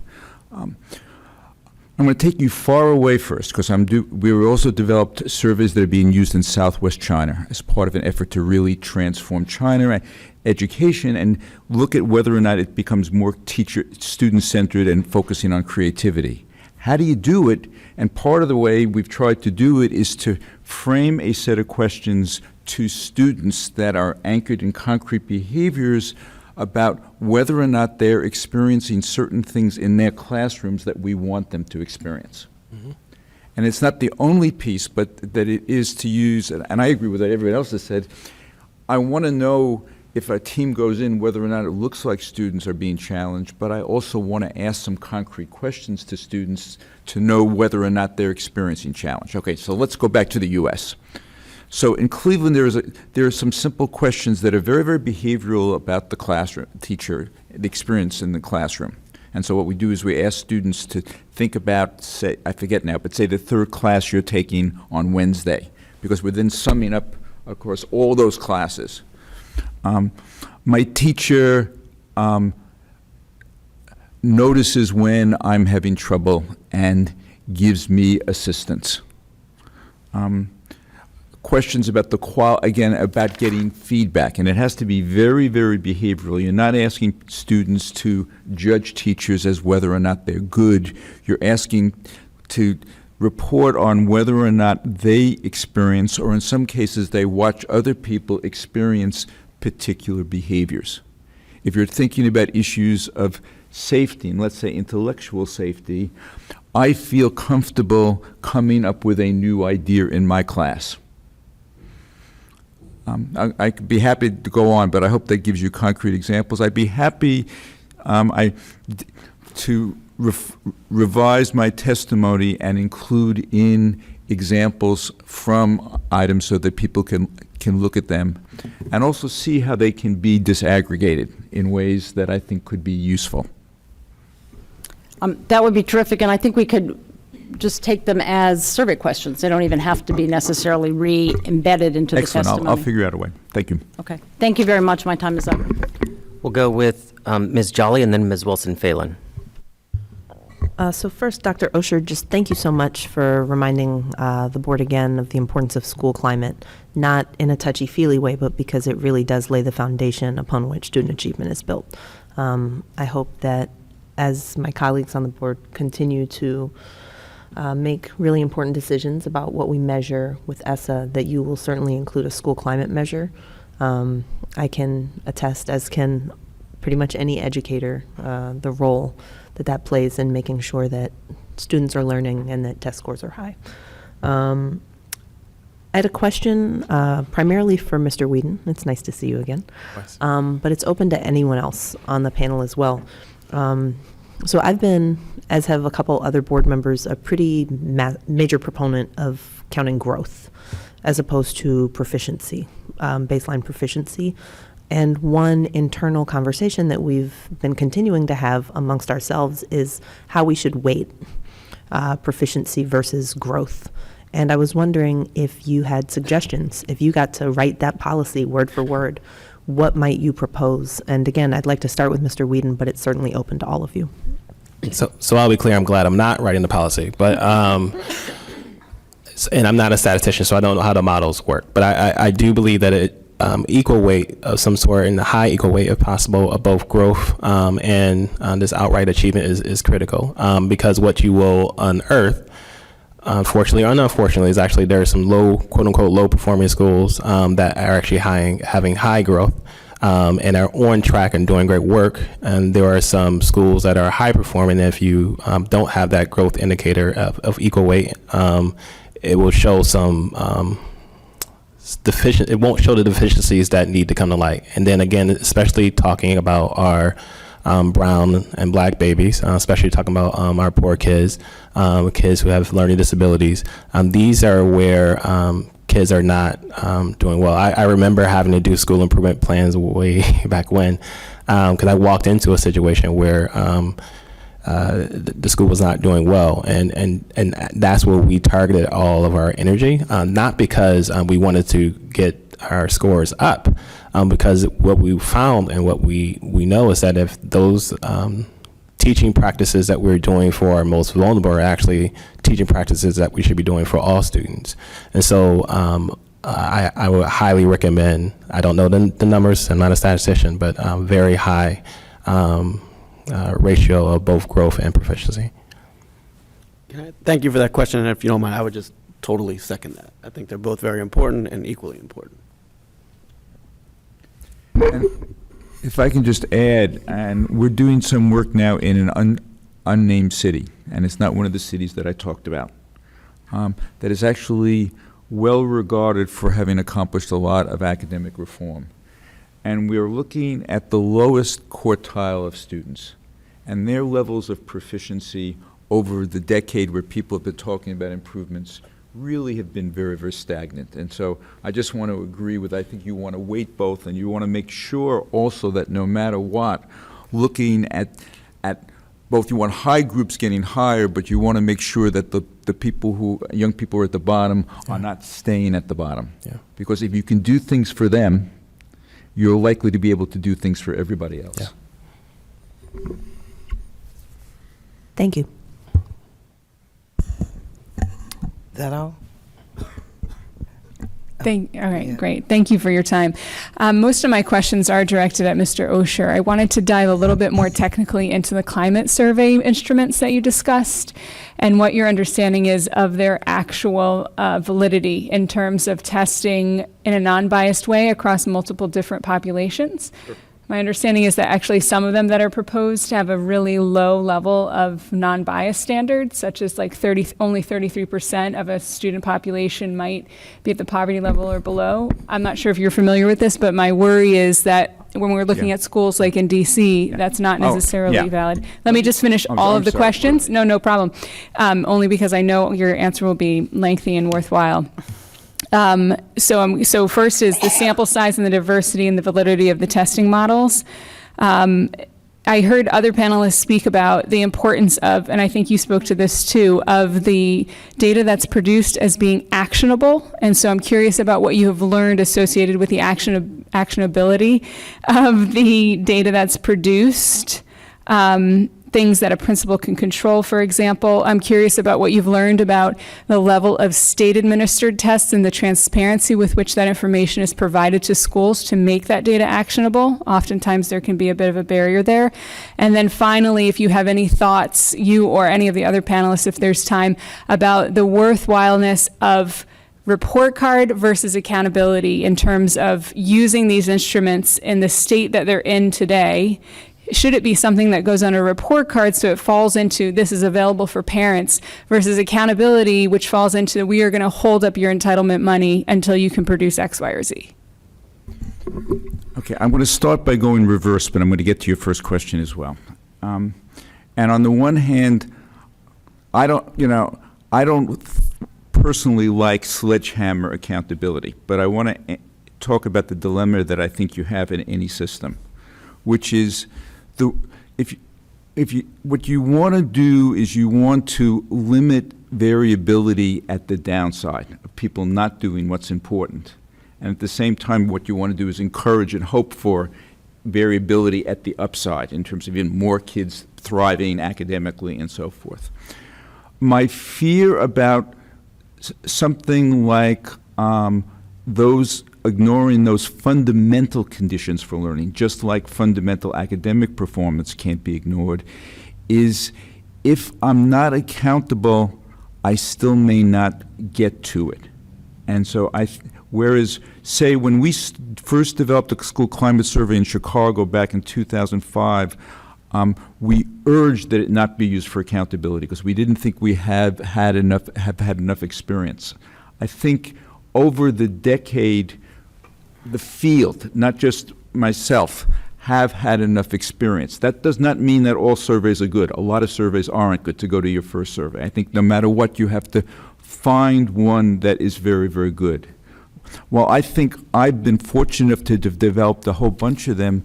The reason I like the one that we had the privilege to develop for the federal government was there was enough resources in it to do a lot of that validation work beforehand in terms of populations. And on the other hand, there are other surveys, including ones that we have done, that have now been used with so many students over so many years that you can really look to see whether or not they really have invariance across groups. I think that's a very, very important piece. Just like having, and I think I heard in you, the right response rates being very, very important. So now let me get to your question about actionability. It goes to what we've heard from other people. What you need is to be able to report out the data in a way that it really makes sense. So let me give you a picture of what happened. I use Cleveland as an example. In the Cleveland survey, what happens is there are 4 scales. For each scale, people see what the standards are. You know, what does being excellent mean? What does being adequate mean? In addition, the first thing people see are the scale scores, which I think are important in part because scales are better than individual items. There tends to be, noise that's built into any given item. You want to really, if you're getting at something like safety or challenge, have a bunch of things that get there. But on the other hand, if there are only 4 scales, it's easier for me to grab into it. And then I can look at the items. And that, at least my experience, I should say mine, because we've really worked with lots of places, is that disaggregation, while it does have some complexity, is the friend for interpretation because of the fact that there is always a story in disaggregation. The girls look different than the boys. The 7th grade looks different than the 6th grade. And you can always then ask a question as a group about what are we doing right by the boys in this case, or what are we not doing for the girls? And so it starts probing. I think it's also important and in systems to really provide schools with the support so that they can make the right decisions. I mean, what a climate result can do, just like any other one, is it can create an itch. And when you have an itch, you want to respond. And sometimes the way you want to respond is something that makes you feel good, but it's not something that's been really demonstrated to work. And I think that one role for a state, I was talking to a state today about this, is things are collected and used locally, but the state can provide some support in order to enable people to do it. The district can, in this case, and state could provide support to help people make those decisions. But it has been actionable, or it seems to be actionable. And again, I'd say both in Cleveland, but let me go to those 11 states that had safe supportive school grants. Had to work with at least 20% of the population, and the schools had to be the lowest performing schools. And what we have seen by looking at the independent evaluations of the 11 state efforts was that all 11 were able to improve climate, and most of them were also able to improve academic matters that matter, test scores, attendance, and so forth. The key in the process, though, was providing people with coaching and help, so once they collected the information and had it, they used it in an intelligent manner.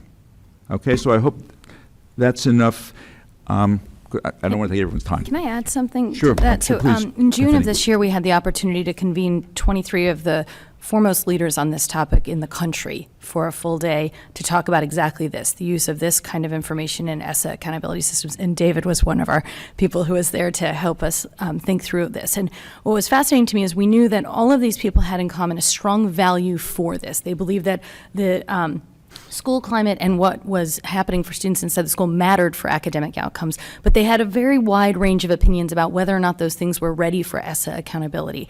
And at the end of the day, a very clear consensus emerged, and we have a little one page on this, but what emerged was that it's important that at any place that decides to go after this, they do a whole bunch of the things David's talking about, making sure you're using the right instrument. There are bad instruments out there, but also that they have a glide path, because what became clear was that it is important, from the opinion of all of these scientists, that places first measure the data, make sure that the instrument authentically is reflecting what they think it's reflecting, share that measurement among their community, then go and actually see how do people respond to the data? What are the actions that are taken? What are the supports in place? And not up front, as an accountability system, assume that the measurement will be taken a certain way by parents, by teachers, that it will be acted on in a certain way, but actually play that out over a period of years of collecting and watching that data, and then add them to accountability systems when the city or state is at a point where they believe that the readiness is there for their city and state to be held accountable and not to create perverse incentives.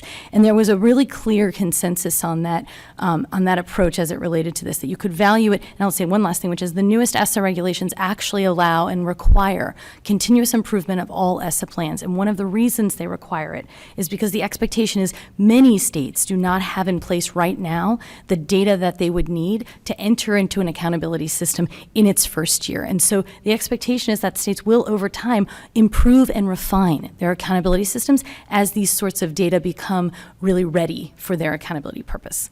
And if I can just add one very quick thing is that, oh no, I can't. I'm sorry. We're out on time and need to get to some additional questions, unfortunately. Ms. Lord, Ms. Anderson, questions? Ms. Lord.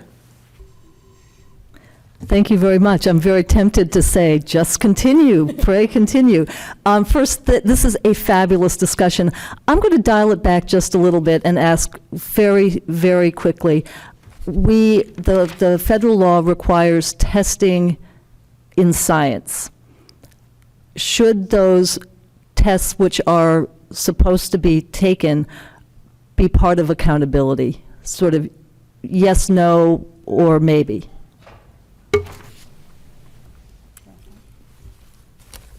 I guess I would say yes. I mean, your kids are taking the test. Presumably, it's a test that you have some faith in that they're taking. I wouldn't necessarily weight that science equally to math and reading, because you get more data out of the math and reading. You have more years and more sample sizes. But if you can include it in a smart way, it then encourages a more well-rounded curriculum. I think it's an easy way to start adding subjects to say, we don't just care about math and reading, we care about other things too. Particularly if you're already doing it, you already have years of data that you can incorporate. I would just like to add, I agree it should be once you've had a couple of years of students getting used to taking the test. I do feel compelled to just respectfully disagree with a couple of things. First of all, no disrespect to the good people of Cleveland, but Cleveland has been the lowest or second lowest performing city on the nation's report card repeatedly. And I just think if we're looking for cities to emulate, it's one of the last ones I think we should be looking at. Secondly, as a parent, I don't need to know whether a school has the conditions for learning. I need to know whether the kids are learning. And I think maybe a school in its first year or second year, when there's not a lot of other data available, okay, let's see if the conditions are being built. But at a certain point, you could have a great climate, but if the achievement is not there, then I don't want to send my child to that school. And my expectation of the state board is to do what needs to be done for that school to get to a point where the kids are learning. I'm not saying that climate surveys shouldn't be given or should be no part of the system, but again, to me, what's important is, are the kids learning? So this is the irony of this panel. So Michelle, who is the CEO in Cleveland, is a mentor of mine, and I'm from Cleveland. But so yes, I mean, if we're going to take a subject like and hold it accountable, yes, science should be held accountable.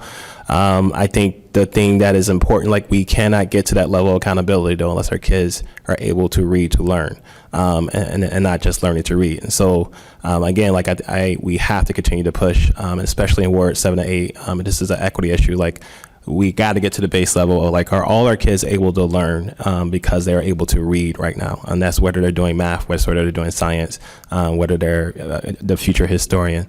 And in terms of the school climate piece, like, you know, once you look at attendance and graduation rate and promotion rate, teacher retention, all those things are important. And that's what you look at as a school leader is like, okay, where do I start?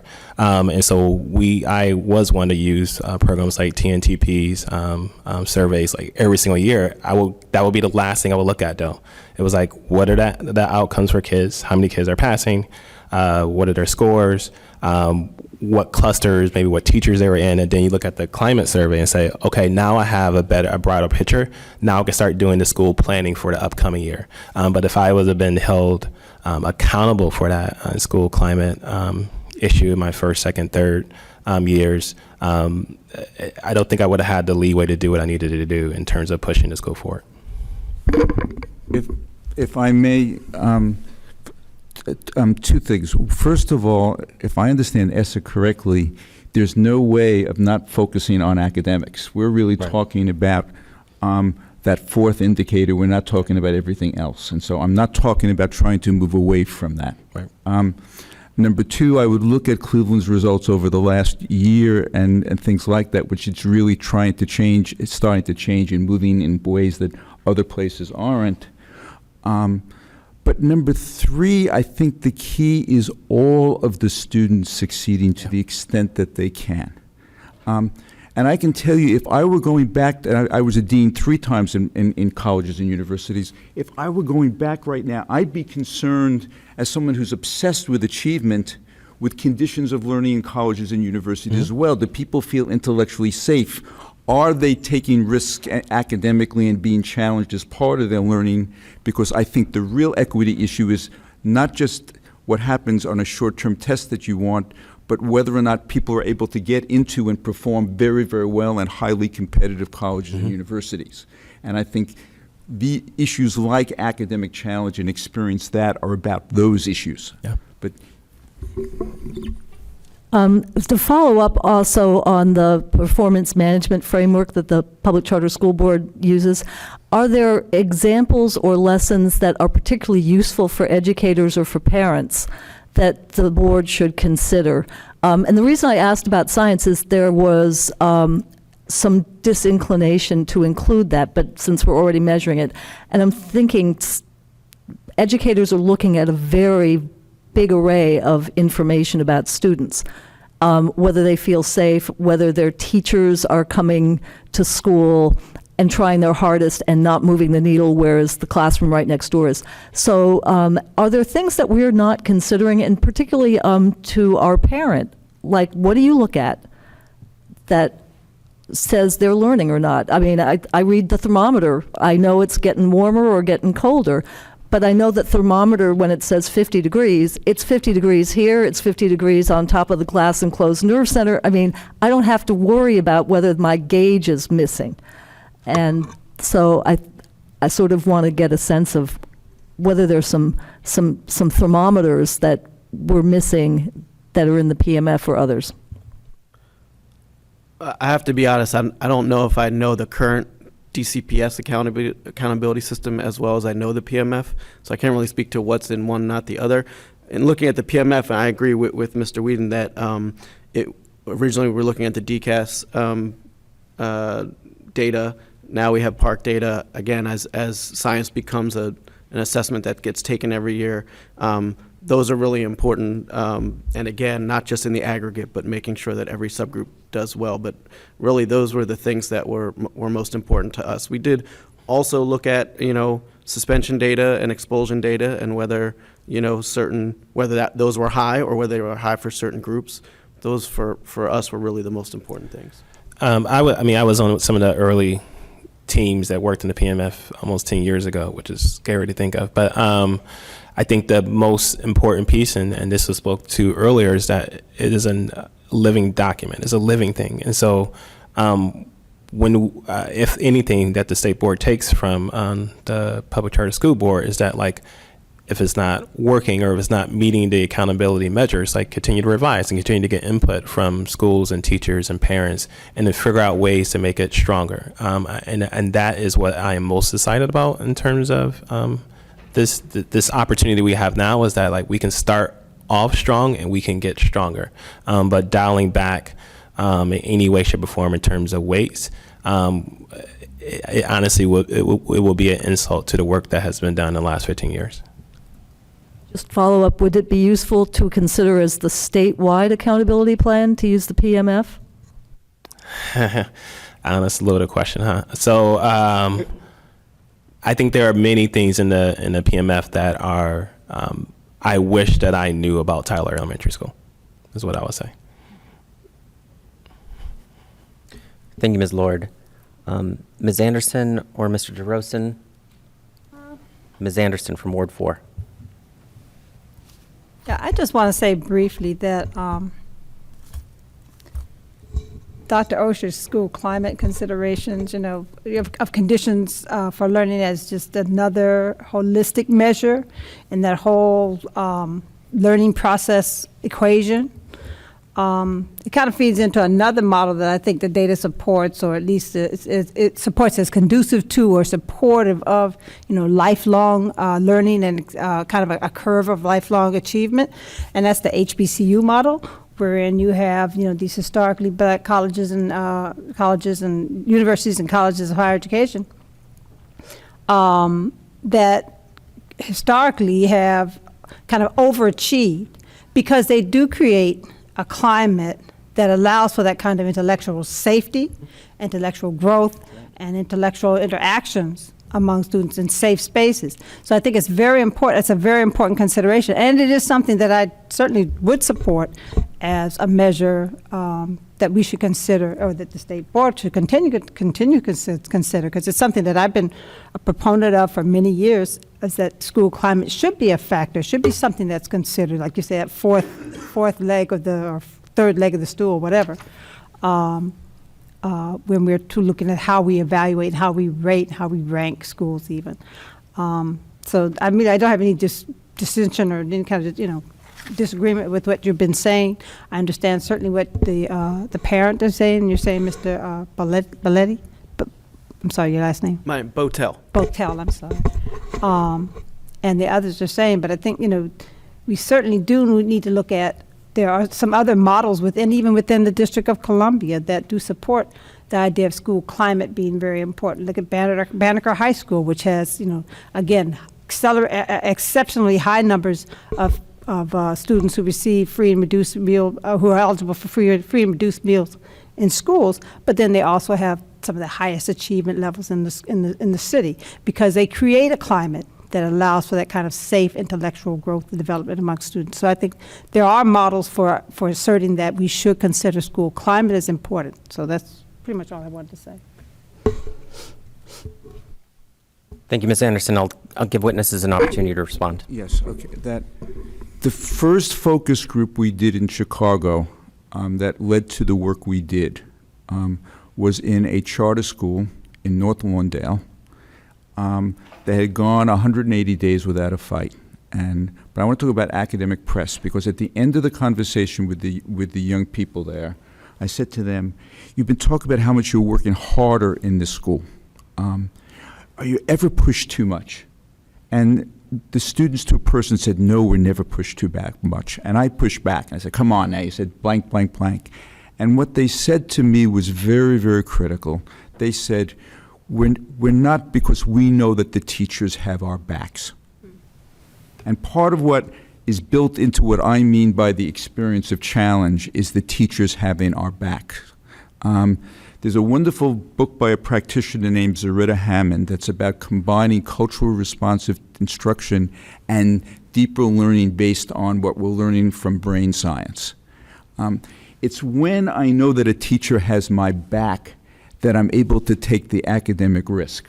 And again, my goal, and it can't be for everyone immediately, but it's really to really look at whether it's the HCBUs or or the Georgetowns, and who's really in the end on the top there and who's performing well. And I think we have to create conditions that really push everyone's child to learn more, but also to enable them to be learning in ways that they can be developing their critical capacity and excitement to do what I think has happened for decades in HCBUs.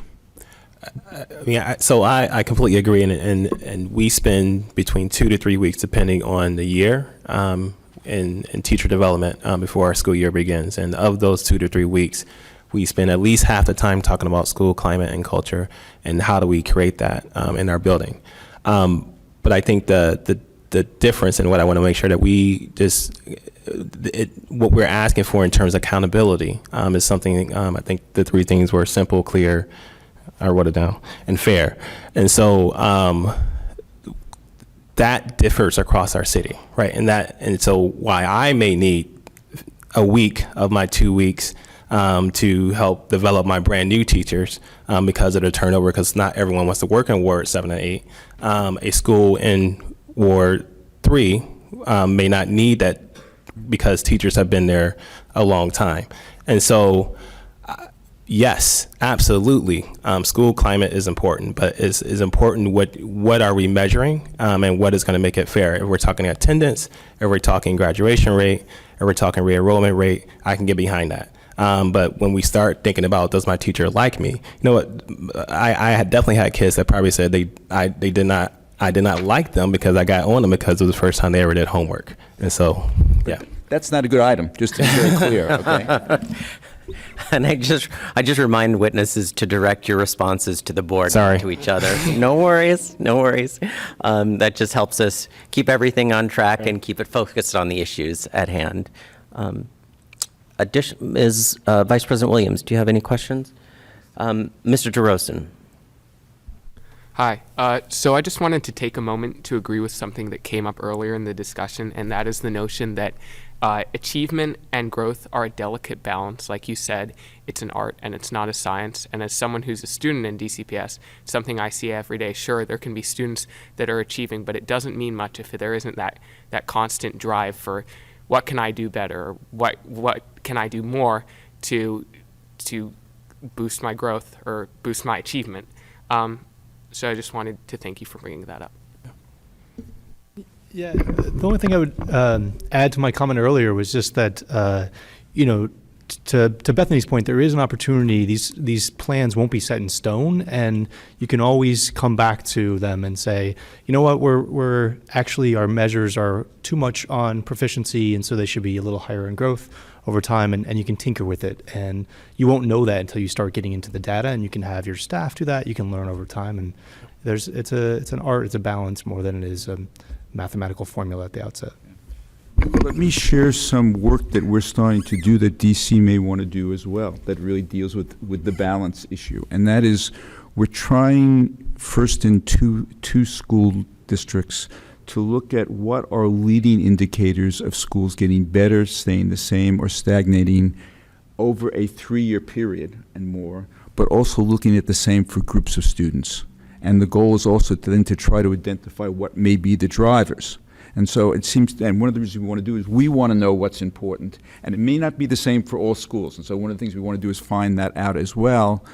But I think if we follow, what Ms. Little says here, that you could use the first few years to really collect, but rigorously analyze and find out, what is really getting the types of outcomes you want. And again, then I think I would want not just proficiency, but I really would want students who are excited about pushing themselves as well. Because if proficiency is my only measure, I'm not going to get the person who is not only proficient, but really growing. May I add I think one of the amazing things about human beings is we do learn and we improve over time. And I think if we learned one thing from the No Child Left Behind Act, it's that actually accountability is an extremely powerful incentive. It drives a lot of things, often things we didn't expect it to drive. And so We were talking about holding people accountable for the achievement of students in reading and math, something that centuries of education has tried to do. And we have decades of deep research on how to teach reading and math to lots of students in lots of ways and lots of circumstances. And yet, when people were held accountable for the achievement of students in reading and math, a great number of bad things were done. Right? Curriculums were narrowed, even though we knew that that was not, in fact, going to help children learn more reading and math. Lots of cheating went on. Things were done because of the perverse incentive of accountability. I think it's incredibly important, and again, as a person who values accountability, I think it's incredibly important to take this moment of ESSA opportunity to reflect on the values of our District of Columbia, to reflect on what we want for our students, and then to set a careful trajectory towards an accountability system that is prepared to address those things appropriately. And so you do actually have the data, make the data public, understand people's reactions, understand how people respond and what they do when they're told your students need more grit. There are some really bad things you could do to students to make them grittier. So I think it's really important that we're thoughtful about sort of sequencing these accountability measures. And I think this issue of how do you get to the right balance of performance and growth, of proficiency and growth, is a great example of something that should be adjusted over time, but there are many. And one last thing I'll say related to your science question is, I do think Chad talked about trade-offs, and one of the trade-offs of the clarity and transparency of the system is that the more that you value and try to signal through the system, the less clear it is what you're actually telling me matters, because there are so many things that I am being held accountable for that at the end of the day, I don't know what to really do. And I think you made this really good point. You were trying to get the students to be able to learn, and so you were working on the climate and culture because you knew that would help them learn, not because you were being held accountable for it. You're being held accountable for the learning. And so I do think recognizing that transparency and clarity is a value in and of itself in the system worth considering. Thank you, Mr. DeRosen. I'm going to take my 5 minutes, and I'll start with a question to Dr. Osher. You had suggested that student surveys are valid because for many students, the academic community has performed many surveys for many students over many years. So you have a lot of data and you have a lot of background on that. Is the same true for parent surveys and for teacher surveys? I think we have, that's a good question. I think we have less experience doing parent surveys with sufficient response rates to really know. So I think that part of the real challenge is making sure that you can really infer to the entire population. I'd say I'm actually not sure on the question of teacher surveys, but what I could say is the teacher surveys that are being done now actually seem to be actionable and seem to predict things, okay? So that I think that there's a survey, I can't give its name, but it's the one that the New Teacher Center does that does in many states, and I've seen analyses of North Carolina data that really shows how important it is to teachers in terms of teacher retention, and feeling that the principal has their back. And since if we think about the comment you heard before about the fact that a problem in say Ward 7 schools is high teacher turnover, how do you do something about that? And I've seen similar analyses of the New York City teacher data and also student data that shows how it predicts teacher retention or not. So I think I would go into these with my eyes a little more open. Okay. But I think it is possible, but you always have to be I have another a good couple of judge. questions I want to get in. Excuse me, pardon me for cutting you off. That's a very helpful response, though. Mr. Botel and Mr. Whedon, putting aside the importance of academics, you've made your case, I think, pretty clearly. What other metrics should we be taking into account in addition to the strong focus on academics? My opinion is really it's academics and expulsion. Those to me are the most important things. Academics is paramount. You have to look at the expulsions to make sure that expulsions aren't driving the academics, if you know what I mean. Yep. And at the accountability system level, everything else being talked about, I'm not saying not important, but for accountability, to me, those are the most important things. Thank you. That's very helpful, and thank you for clarifying that. Yeah, I think to keep it simple, I mean, attendance, re-enrollment, I mean, as simple as you can, graduation rate, like those are things that seem to make the most sense right now. Great. I have one last question. I'd ask you to try each, and this is to all of you, and if you could keep your response to 15 to 20 seconds, I'd appreciate it.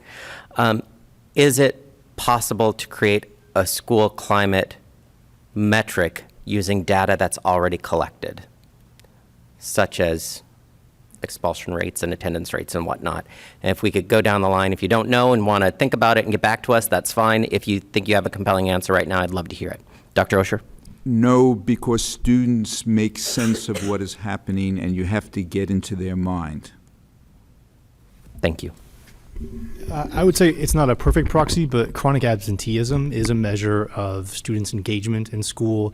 It's a measure of how often they want to come to school, and it's about how engaged they are with teachers in the curriculum. And so that is an indirect way to get at the similar issue, I would say. Thank you. My short answer is no. I do think that LEAs, DCPS should do climate surveys, and those should inform practice. I just don't think it belongs in an accountability system. That's helpful. Thank you.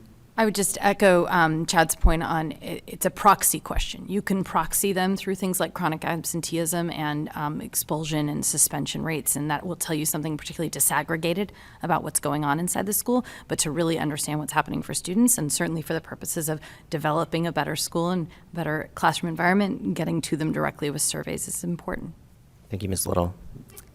I mean, I guess I'm torn. I mean, I think we have things like the equity report, which we have that data, but I don't know how. I just don't know what that would look like to be able to give a clear answer. Okay. Thank you for your honesty and for your time. My inclination would be to release the panel unless board members object or have additional questions that they'd like to have addressed right now.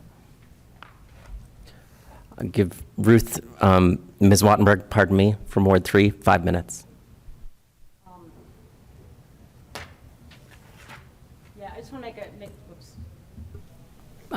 Make a couple of comments and ask a couple of questions. First, I just want to, and I'm going to time my own self here. Well, maybe I'm not. Okay. First of all, on this issue of you want kids to read to learn, learn to read and then read to learn, one thing that I'm concerned about is a lot of the now educational theory and cognitive science actually does flip that on its head, which is if you want to read, you actually need the background knowledge. And what I worry about in our city is that we spend so much time, and this is what we heard at the last hearing, what I hear when I'm out there, is we spend so much time on the reading and the math that kids get into middle school, they get into late elementary school, and they haven't been exposed to the science. They haven't been exposed to the social studies. And so when they come across words in their textbooks like chlorophyll, like photosynthesis, like hemisphere, they're lost. So what I'm worried about is we can jump up maybe those achievement rates in math and reading early, but the long-term effect of that is a problem. So I just wanted to throw that out. That's my comment.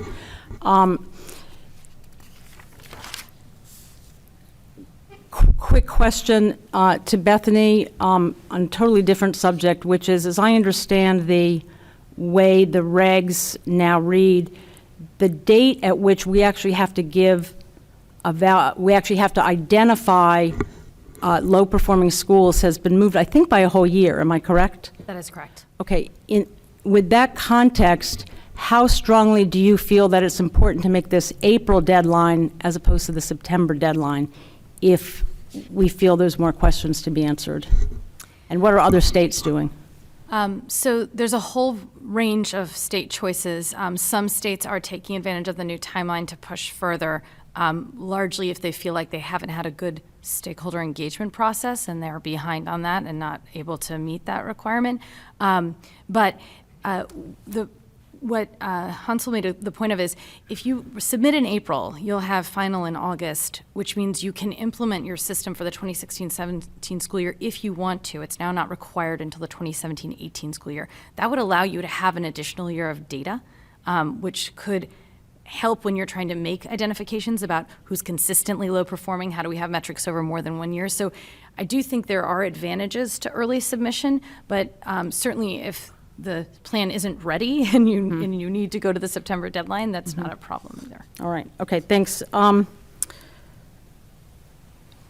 So this is a question perhaps to all of you. So I agree totally that what matters most is achievement. That is the goal. It's also what's in the law, and it's also the view of everybody here. But the issues for me are two things. One is, actually I'm gonna say three things. One is, as I think Bethany said, we sometimes do things and they're so simple that we get perverse reactions. And I'm worried about the reaction that we have gotten from so much effect on testing. So that's sort of part of what I am focused on. Second, with achievement as the main goal of what we want to do with the accountability system, another issue is we do want to signal what we value, right? And when we only or so disproportionately focus on the tests, I worry about the signal that we send. And third, and certainly as important, is, and everybody has sort of mentioned this a little bit, is we want to make sure that we're identifying the schools that are genuinely low achieving and not making progress. And one way you do that is with the growth score, which I hope would be very prominent in this, substantially more, frankly, than the achievement score, so that you really are identifying the schools that aren't growing. But what I also think, and people can comment on this, is that my understanding is sometimes before schools grow, there are leading indicators that tell you they're on the right track. They haven't yet grown, but you wouldn't want to shut it down because it is on the right track. And what we want to be able to do, I think, through this system is to make visible the schools that are on the right track and distinguish them from the schools that really aren't on the right track, so that we can identify and support and intervene with the schools that aren't. And so with that, I just want to throw out again to sort of everybody quickly, if you have any other ideas of things that could go into this accountability framework that would respond to either of those points. That is, understanding achievement does matter most. How do we also deal with these other issues? So I can make sure. So you want to know, are there other indicators that would show a school is on track to making? Exactly.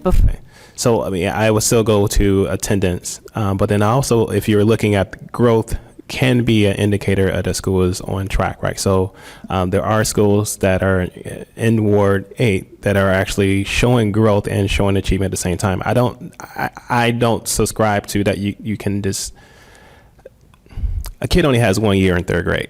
And so I hear you say, so there has to be some growth can be that indicator if that's what you're talking about, but school climate, I don't think will show that a school is on track to helping that kid learn.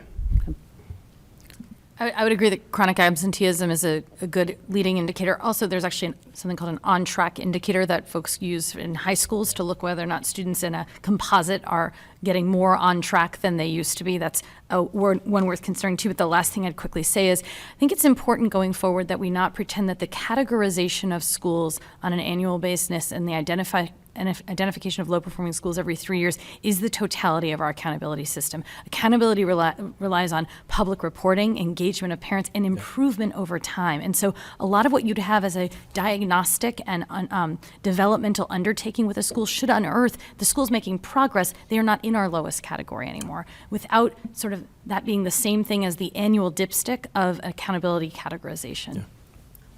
Yeah. I would just add real quick, I want to respond to the very first thing you said, which is about teaching things like science and social studies. So my kids at Two Rivers, they do a ton of science and social studies.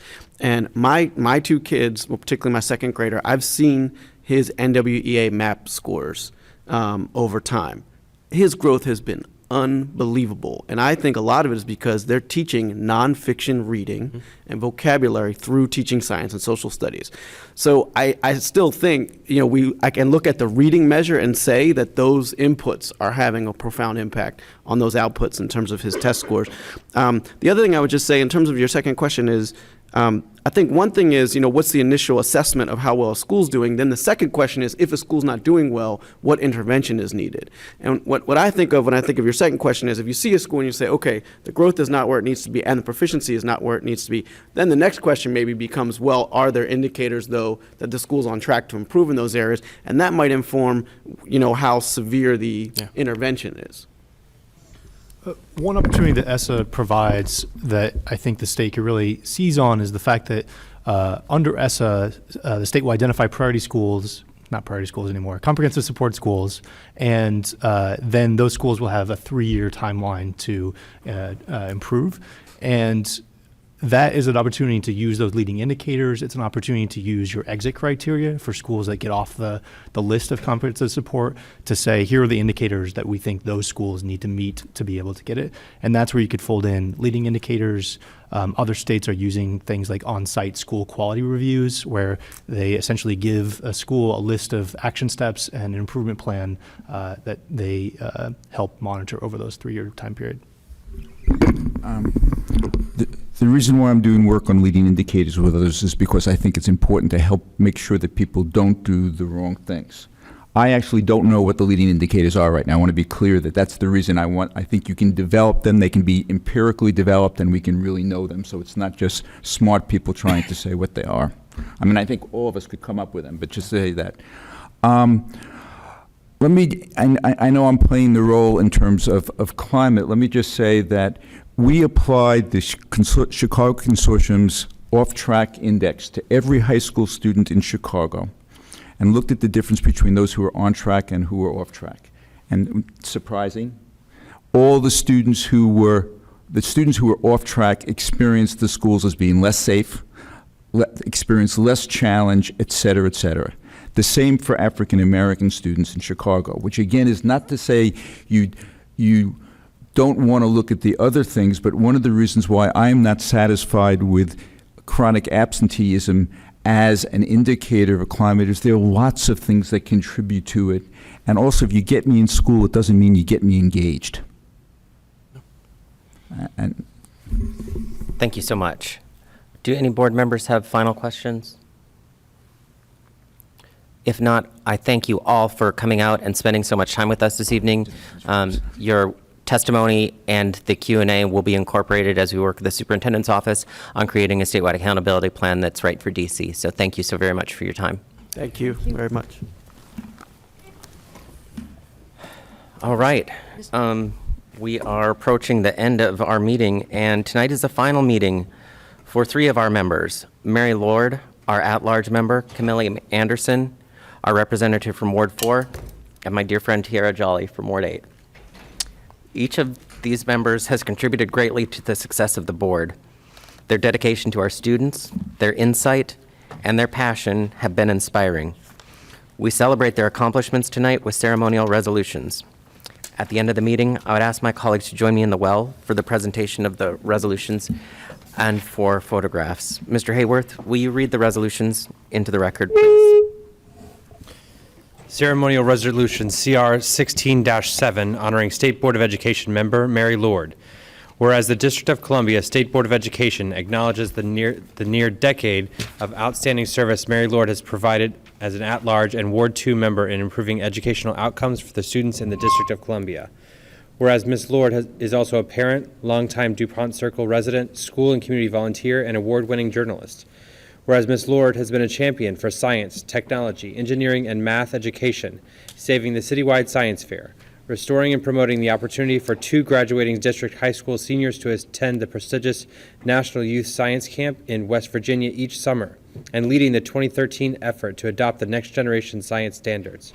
Whereas Ms. Lord recently finished a 3-year term on the executive leadership team of the National Association of State Boards of Education, where she served as president in 2015, providing the District of Columbia a prominent seat at the federal education policy table. And whereas And whereas Mary Lord's primary areas of focus within the State Board purview have been high academic expectations, science and STEM, teacher quality, and as effectively done so by serving on working groups and committees that resulted in stronger teacher licensing rules, the inclusion of health on the district annual state assessments, and a prototype Parents' Bill of Rights. She also helped shape the district's successful $75 million Race to the Top proposal and initial waiver from No Child Left Behind, including engaging families and the public to secure the waiver. Be it resolved that the District of Columbia State Board of Education honors Mary Lord on the 21st day of December in the year 2016 for her outstanding service and leadership to the District of Columbia. Ceremonial Resolution CR 16-8, honoring State Board of Education member Camille Anderson. Whereas the District of Columbia State Board of Education acknowledges the outstanding service that Camille Anderson has provided to the Ward 4 community in engaging government leaders and education stakeholders in furtherance of the vision that all district residents receive an excellent education, and recognizes the stewardship of Ms. Anderson for her dedicated service in improving educational outcomes for the students in the District of Columbia since 2011. Whereas Camille Anderson has worked in some aspect of education her entire professional career, beginning in the 1970s as a board and staff member of a district-based pre-K through 8 independent school.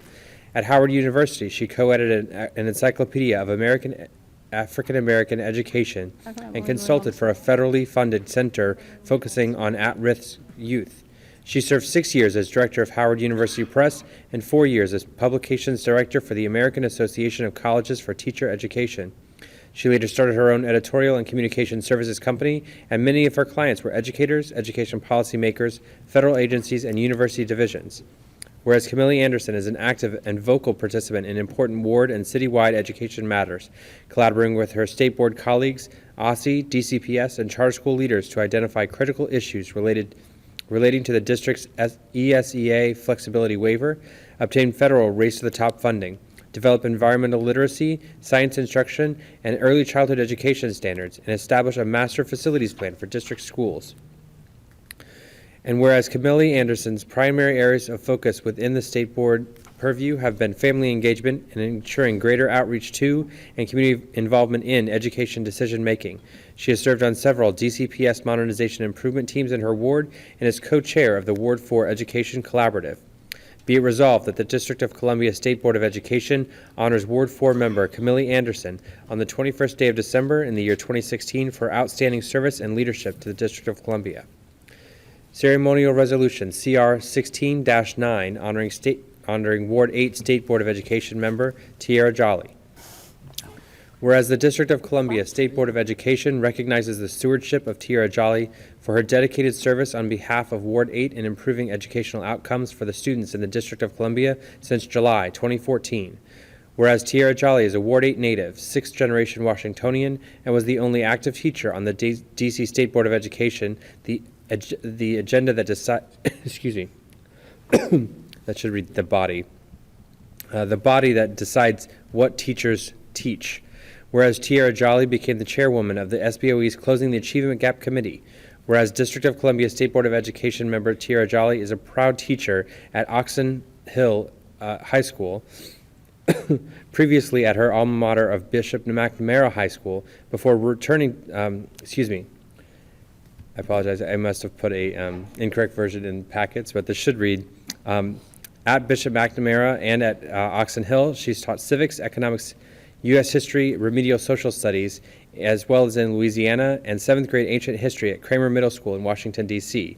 As a current teacher of freshman government and AP U.S. history, Ms. Jolly was able to share a unique and current instructional point of view when working with her State Board of Education colleagues. Whereas the District of Columbia State Board of Education acknowledges the outstanding service Tierra Jolly has provided to close the opportunity gap and increase educational equity, and whereas Ms. Jolly's early and vocal support of the state diploma was a key foundation for its passage, be it resolved that the District of Columbia State Board of Education honors Ward 8 member Tierra Jolly on the 21st day of December in the year 2016 for outstanding service and leadership to the District of Columbia. Thank you, Mr. Hayworth.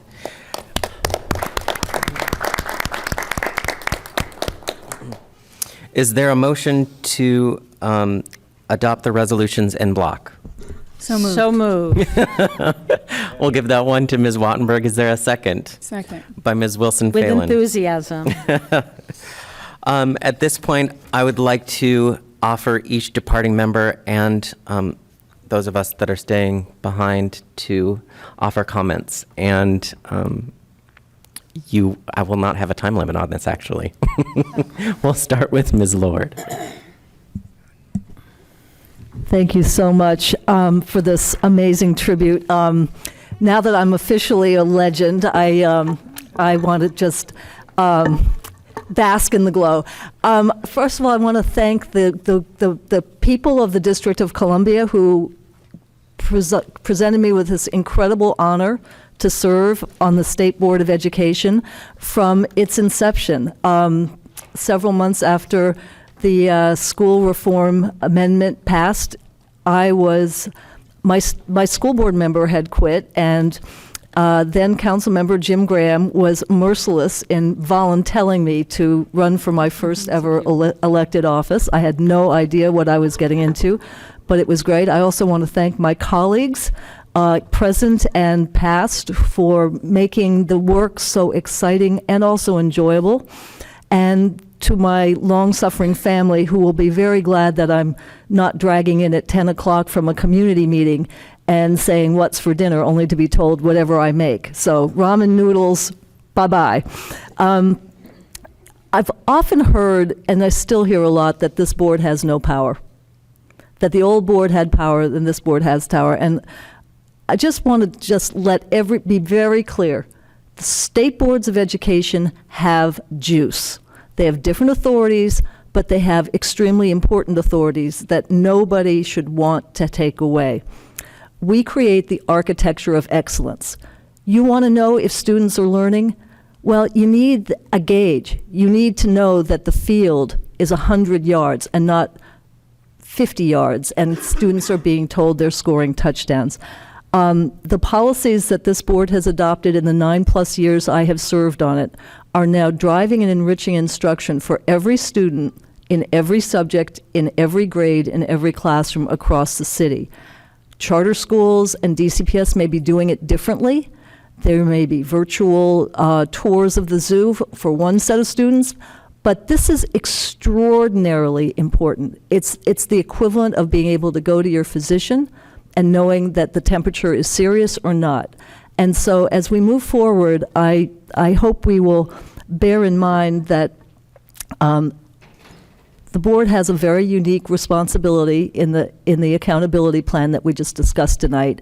And I'm honored that the voice of the District of Columbia was at that table because I was serving on our national organization, the National Association of State Boards of Education. So when people say we don't have any power or authority, that's just hooey. Second of all, I will leave you with sort of a couple of recommendations. One, I'm a soccer mom, and as the great coach Sona Walla told my son's team, play together. We are only as effective as our unanimous, united voice. And we could be a lot more effective if we were able to not just play together, but to understand, love, and trust, and know each other as friends. We've had some extraordinary fun times on the board, and I think that this board could be strengthened by doing that. Focus on learning and students. Yes, facilities are important. Yes, boundaries and feeder patterns are important. But the main thing is learning. And if we keep that in mind, there is every possibility that the policies we adopt will be superb and will work truly for every student. Don't just engage the public, involve them. The work in the Every Student Succeeds Act accountability plan means that you can reach out to employers, you can step out of the bubble. If we don't do that, we will be missing an opportunity.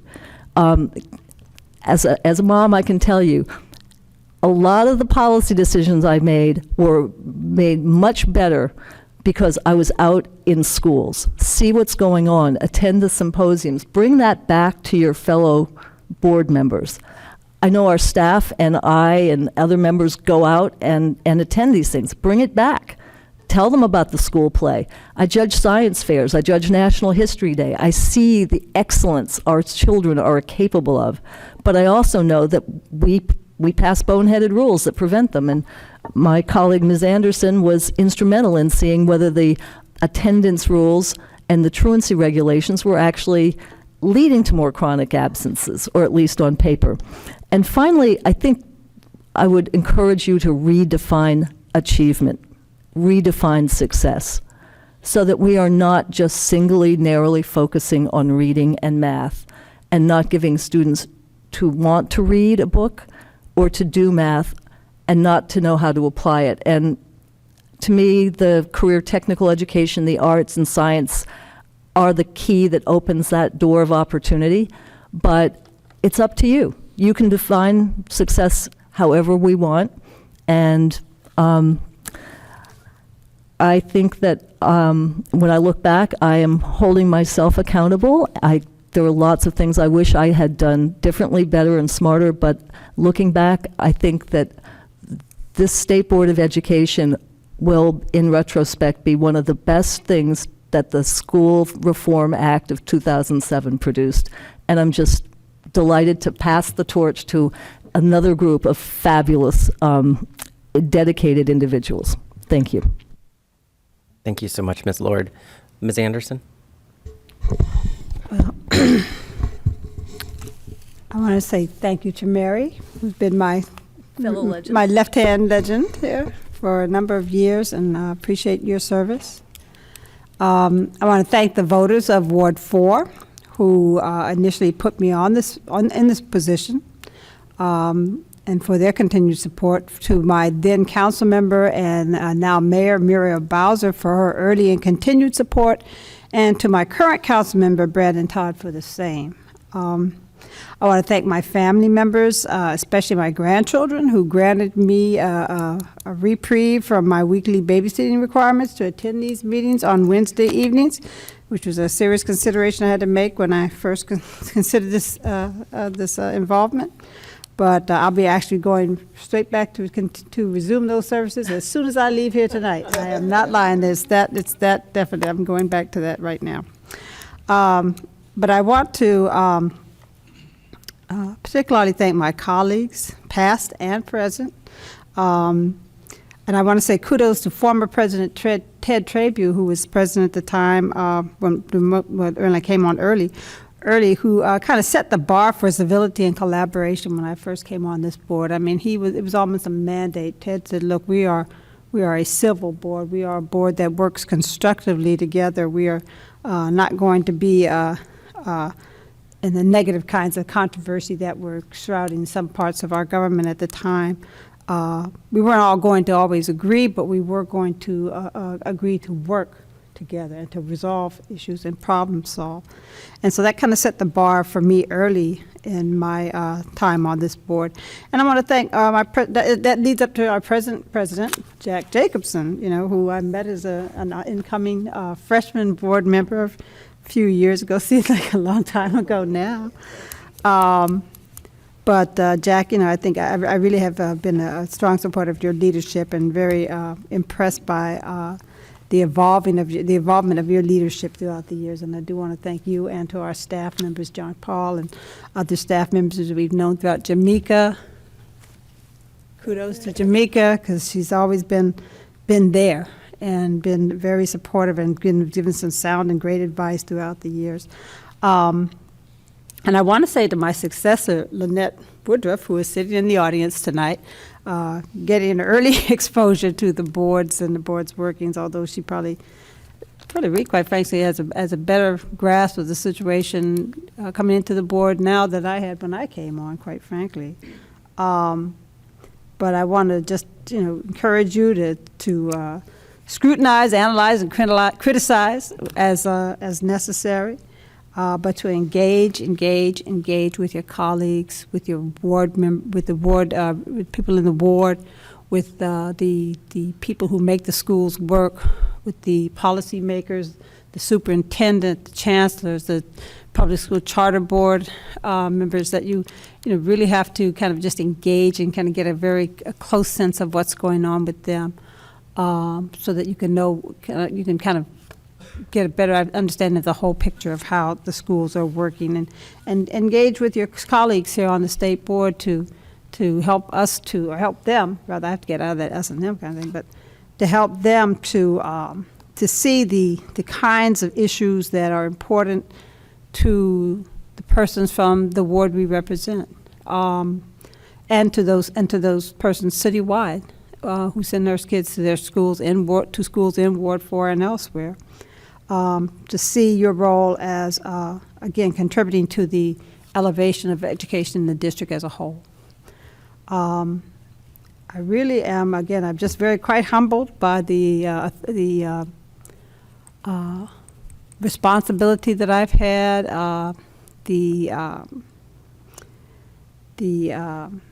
duty that I've been challenged to fulfill during these 5 years.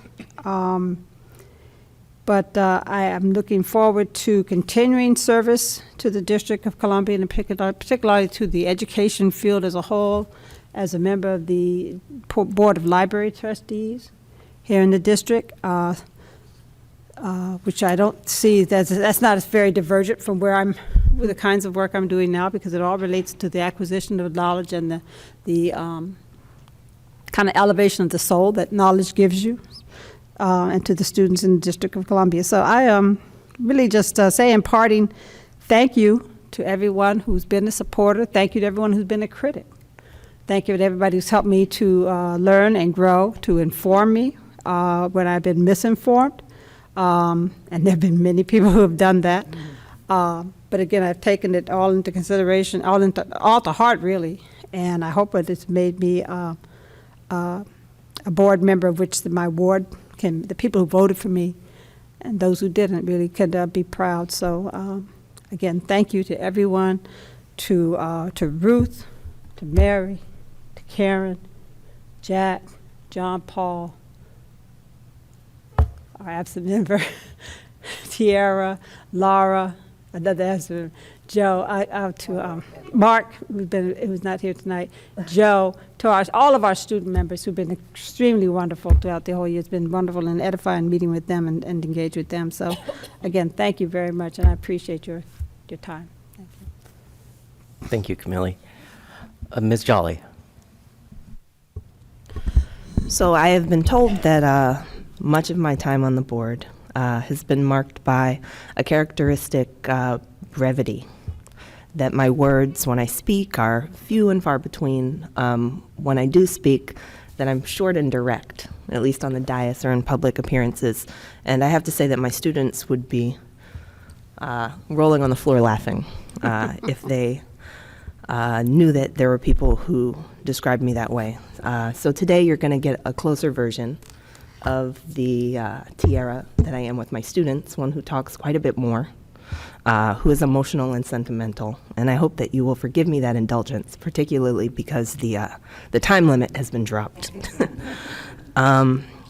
It's funny, for the last 2 years, I taught AP US history, and one of the things that I tell my kids every year is you have to learn George Washington's farewell address. It's been on literally every single AP US history test since the dawn of time. This farewell address will not be that epic, but the occasion, like I said, demands that I say a few more words than I normally might. I was struggling with what to say all day. I've been dreading this meeting, and I'll be honest about that. But I stopped at home on my way here because I got a text message that I got a letter in the mail. And I brought it with me not as a prop, but because I wanted to keep reading it. And it's from one of the first students that I ever taught. And it's from jail. Widener DeGrew. I had the pleasure and the luxury and the privilege of teaching for 2 years straight. I looped with my kids. He's one of the smartest young people I've ever met. I'll put some of his business out, because I don't think he minds. He can't see it anyway.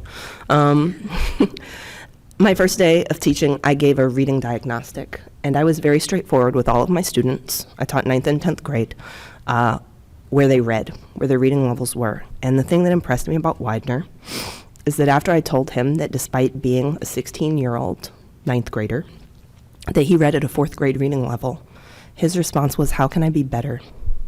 Because when I grow up, I want to be a rapper and a poet. I want to retire from a rap career to be a poetry professor, and I can't do that if I read at a 4th grade reading level." And one of the days of my education career that I often look back on is the day that Widener and 150 of my other students were expelled for a gang fight.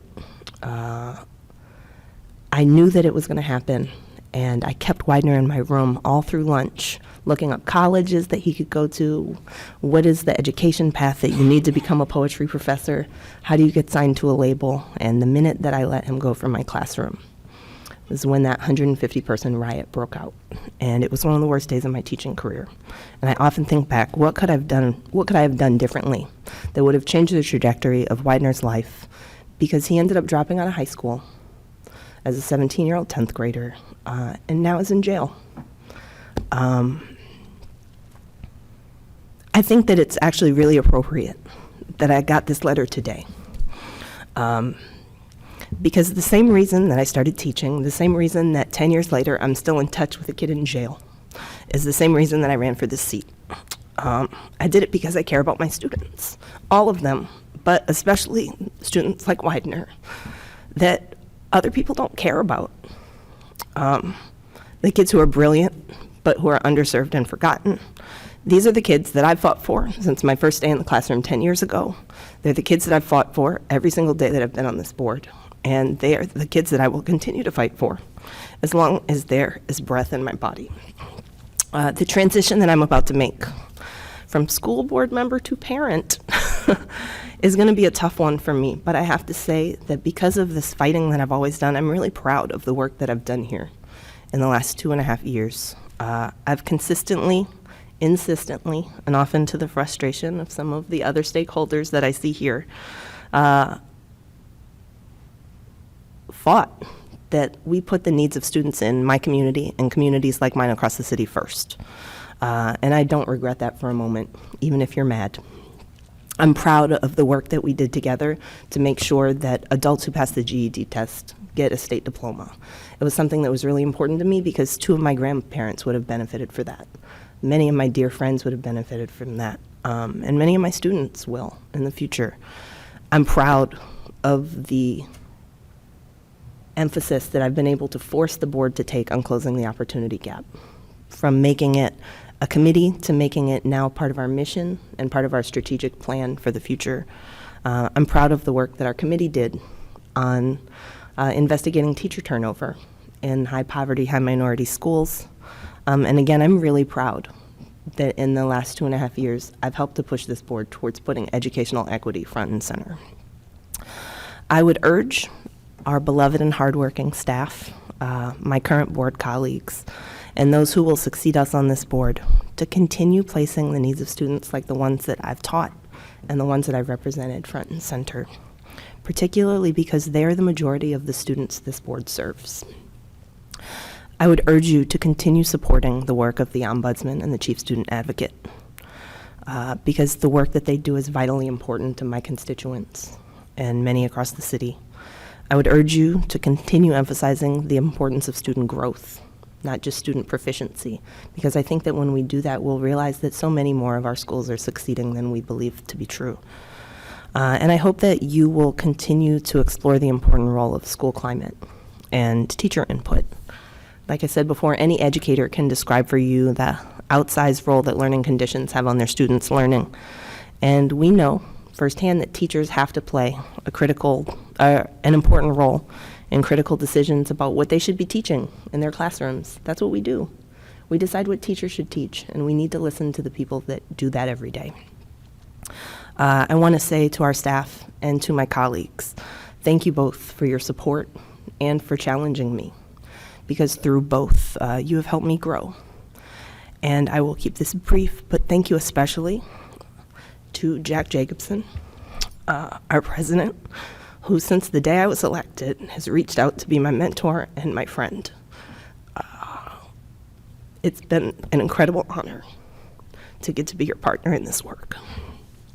And finally, to my beloved Ward 8, you are my home, you are in my DNA, and I love you. It's been the greatest honor of my life so far to serve you on this board. I hope that I've made you as proud of me as I continue to be of you. Thank you.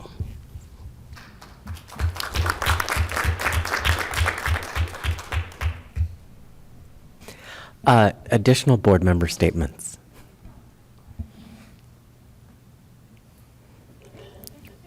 Karen? I'd just like to say that it's been a wonderful experience. One of the first persons I met when I was running for state board was Mary Lord, and she took me under her wing and tutored me and got me elected to this position, and has been here for me ever since the Palisades 4th of July parade where I met her. And Camille, who had one more year experience, but didn't tell me that my state board tags meant I could park free until last week. So for 4 years, I've been paying to park at a meter. I mean, we can't park illegally, but thank you for finally letting me know, Camille. And for Tiara, who has been a joy to work with, because we've been able to work together for our East of the River Ward. And I will let you know, Tiara, that I will continue to advocate to close the achievement gap. Hansel and I have already had this conversation, so she knows how we feel about it. And we will continue the good work that these people that are leaving us tonight perform. And I want to thank all of you for your service, for your dedication, and for your love. Thank you.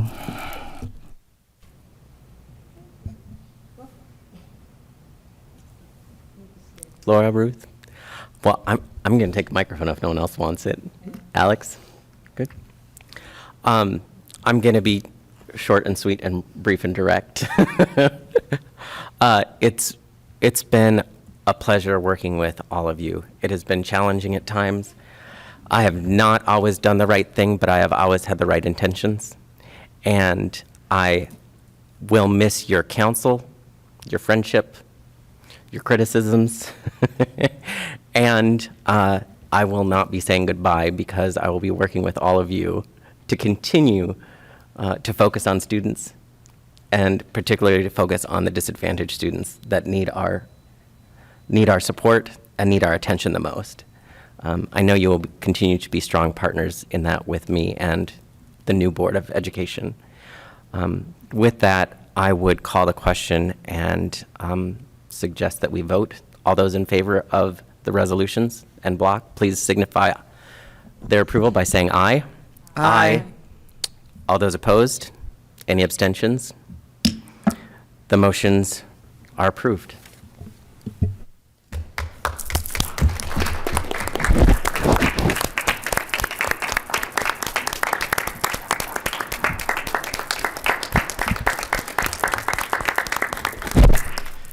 And I'm going to ask another brief indulgence. If Jamika might come up to the dais. Jamika has been here since the board was founded and knows our work better than anyone, other than possibly Mary. So if she'd like, I'd like to give our longest tenured staff person an opportunity to say a few words. Down there's fine, wherever you'd like.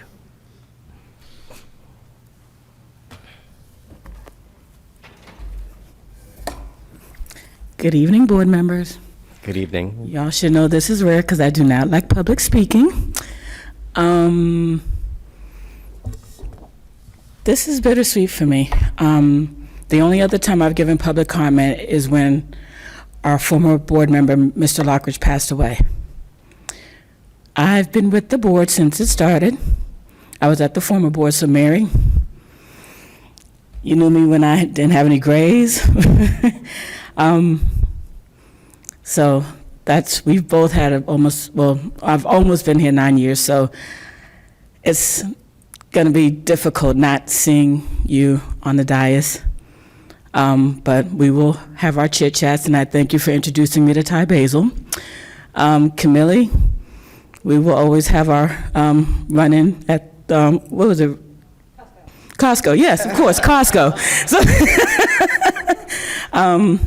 I will miss you too. We've had our little powwows when I've struggled with different things, personally that I've encountered since being on staff, and I thank you for your wisdom.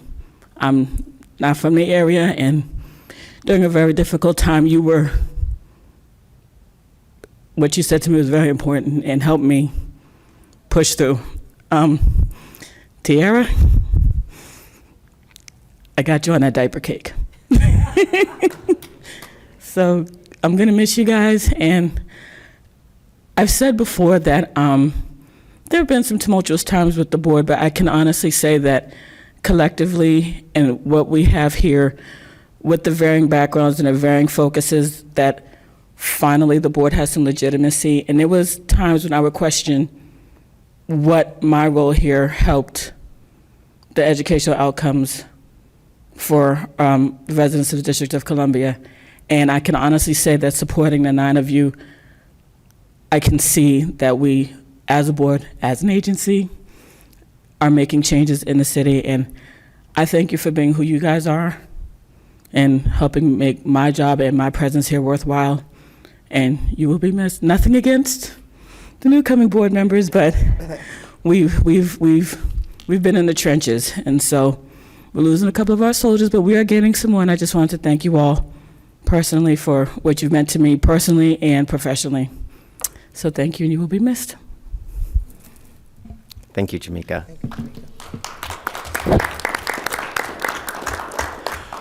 As we wrap up and present ceremonial resolutions in the well, I think we'll adjourn before then, but are there any announcements, any events upcoming? If not, I would entertain a motion to adjourn. So moved. Moved by Vice President Williams. Is there a second? Second. Second by Ms. Wattenberg. All those in favor? Aye. We stand adjourned.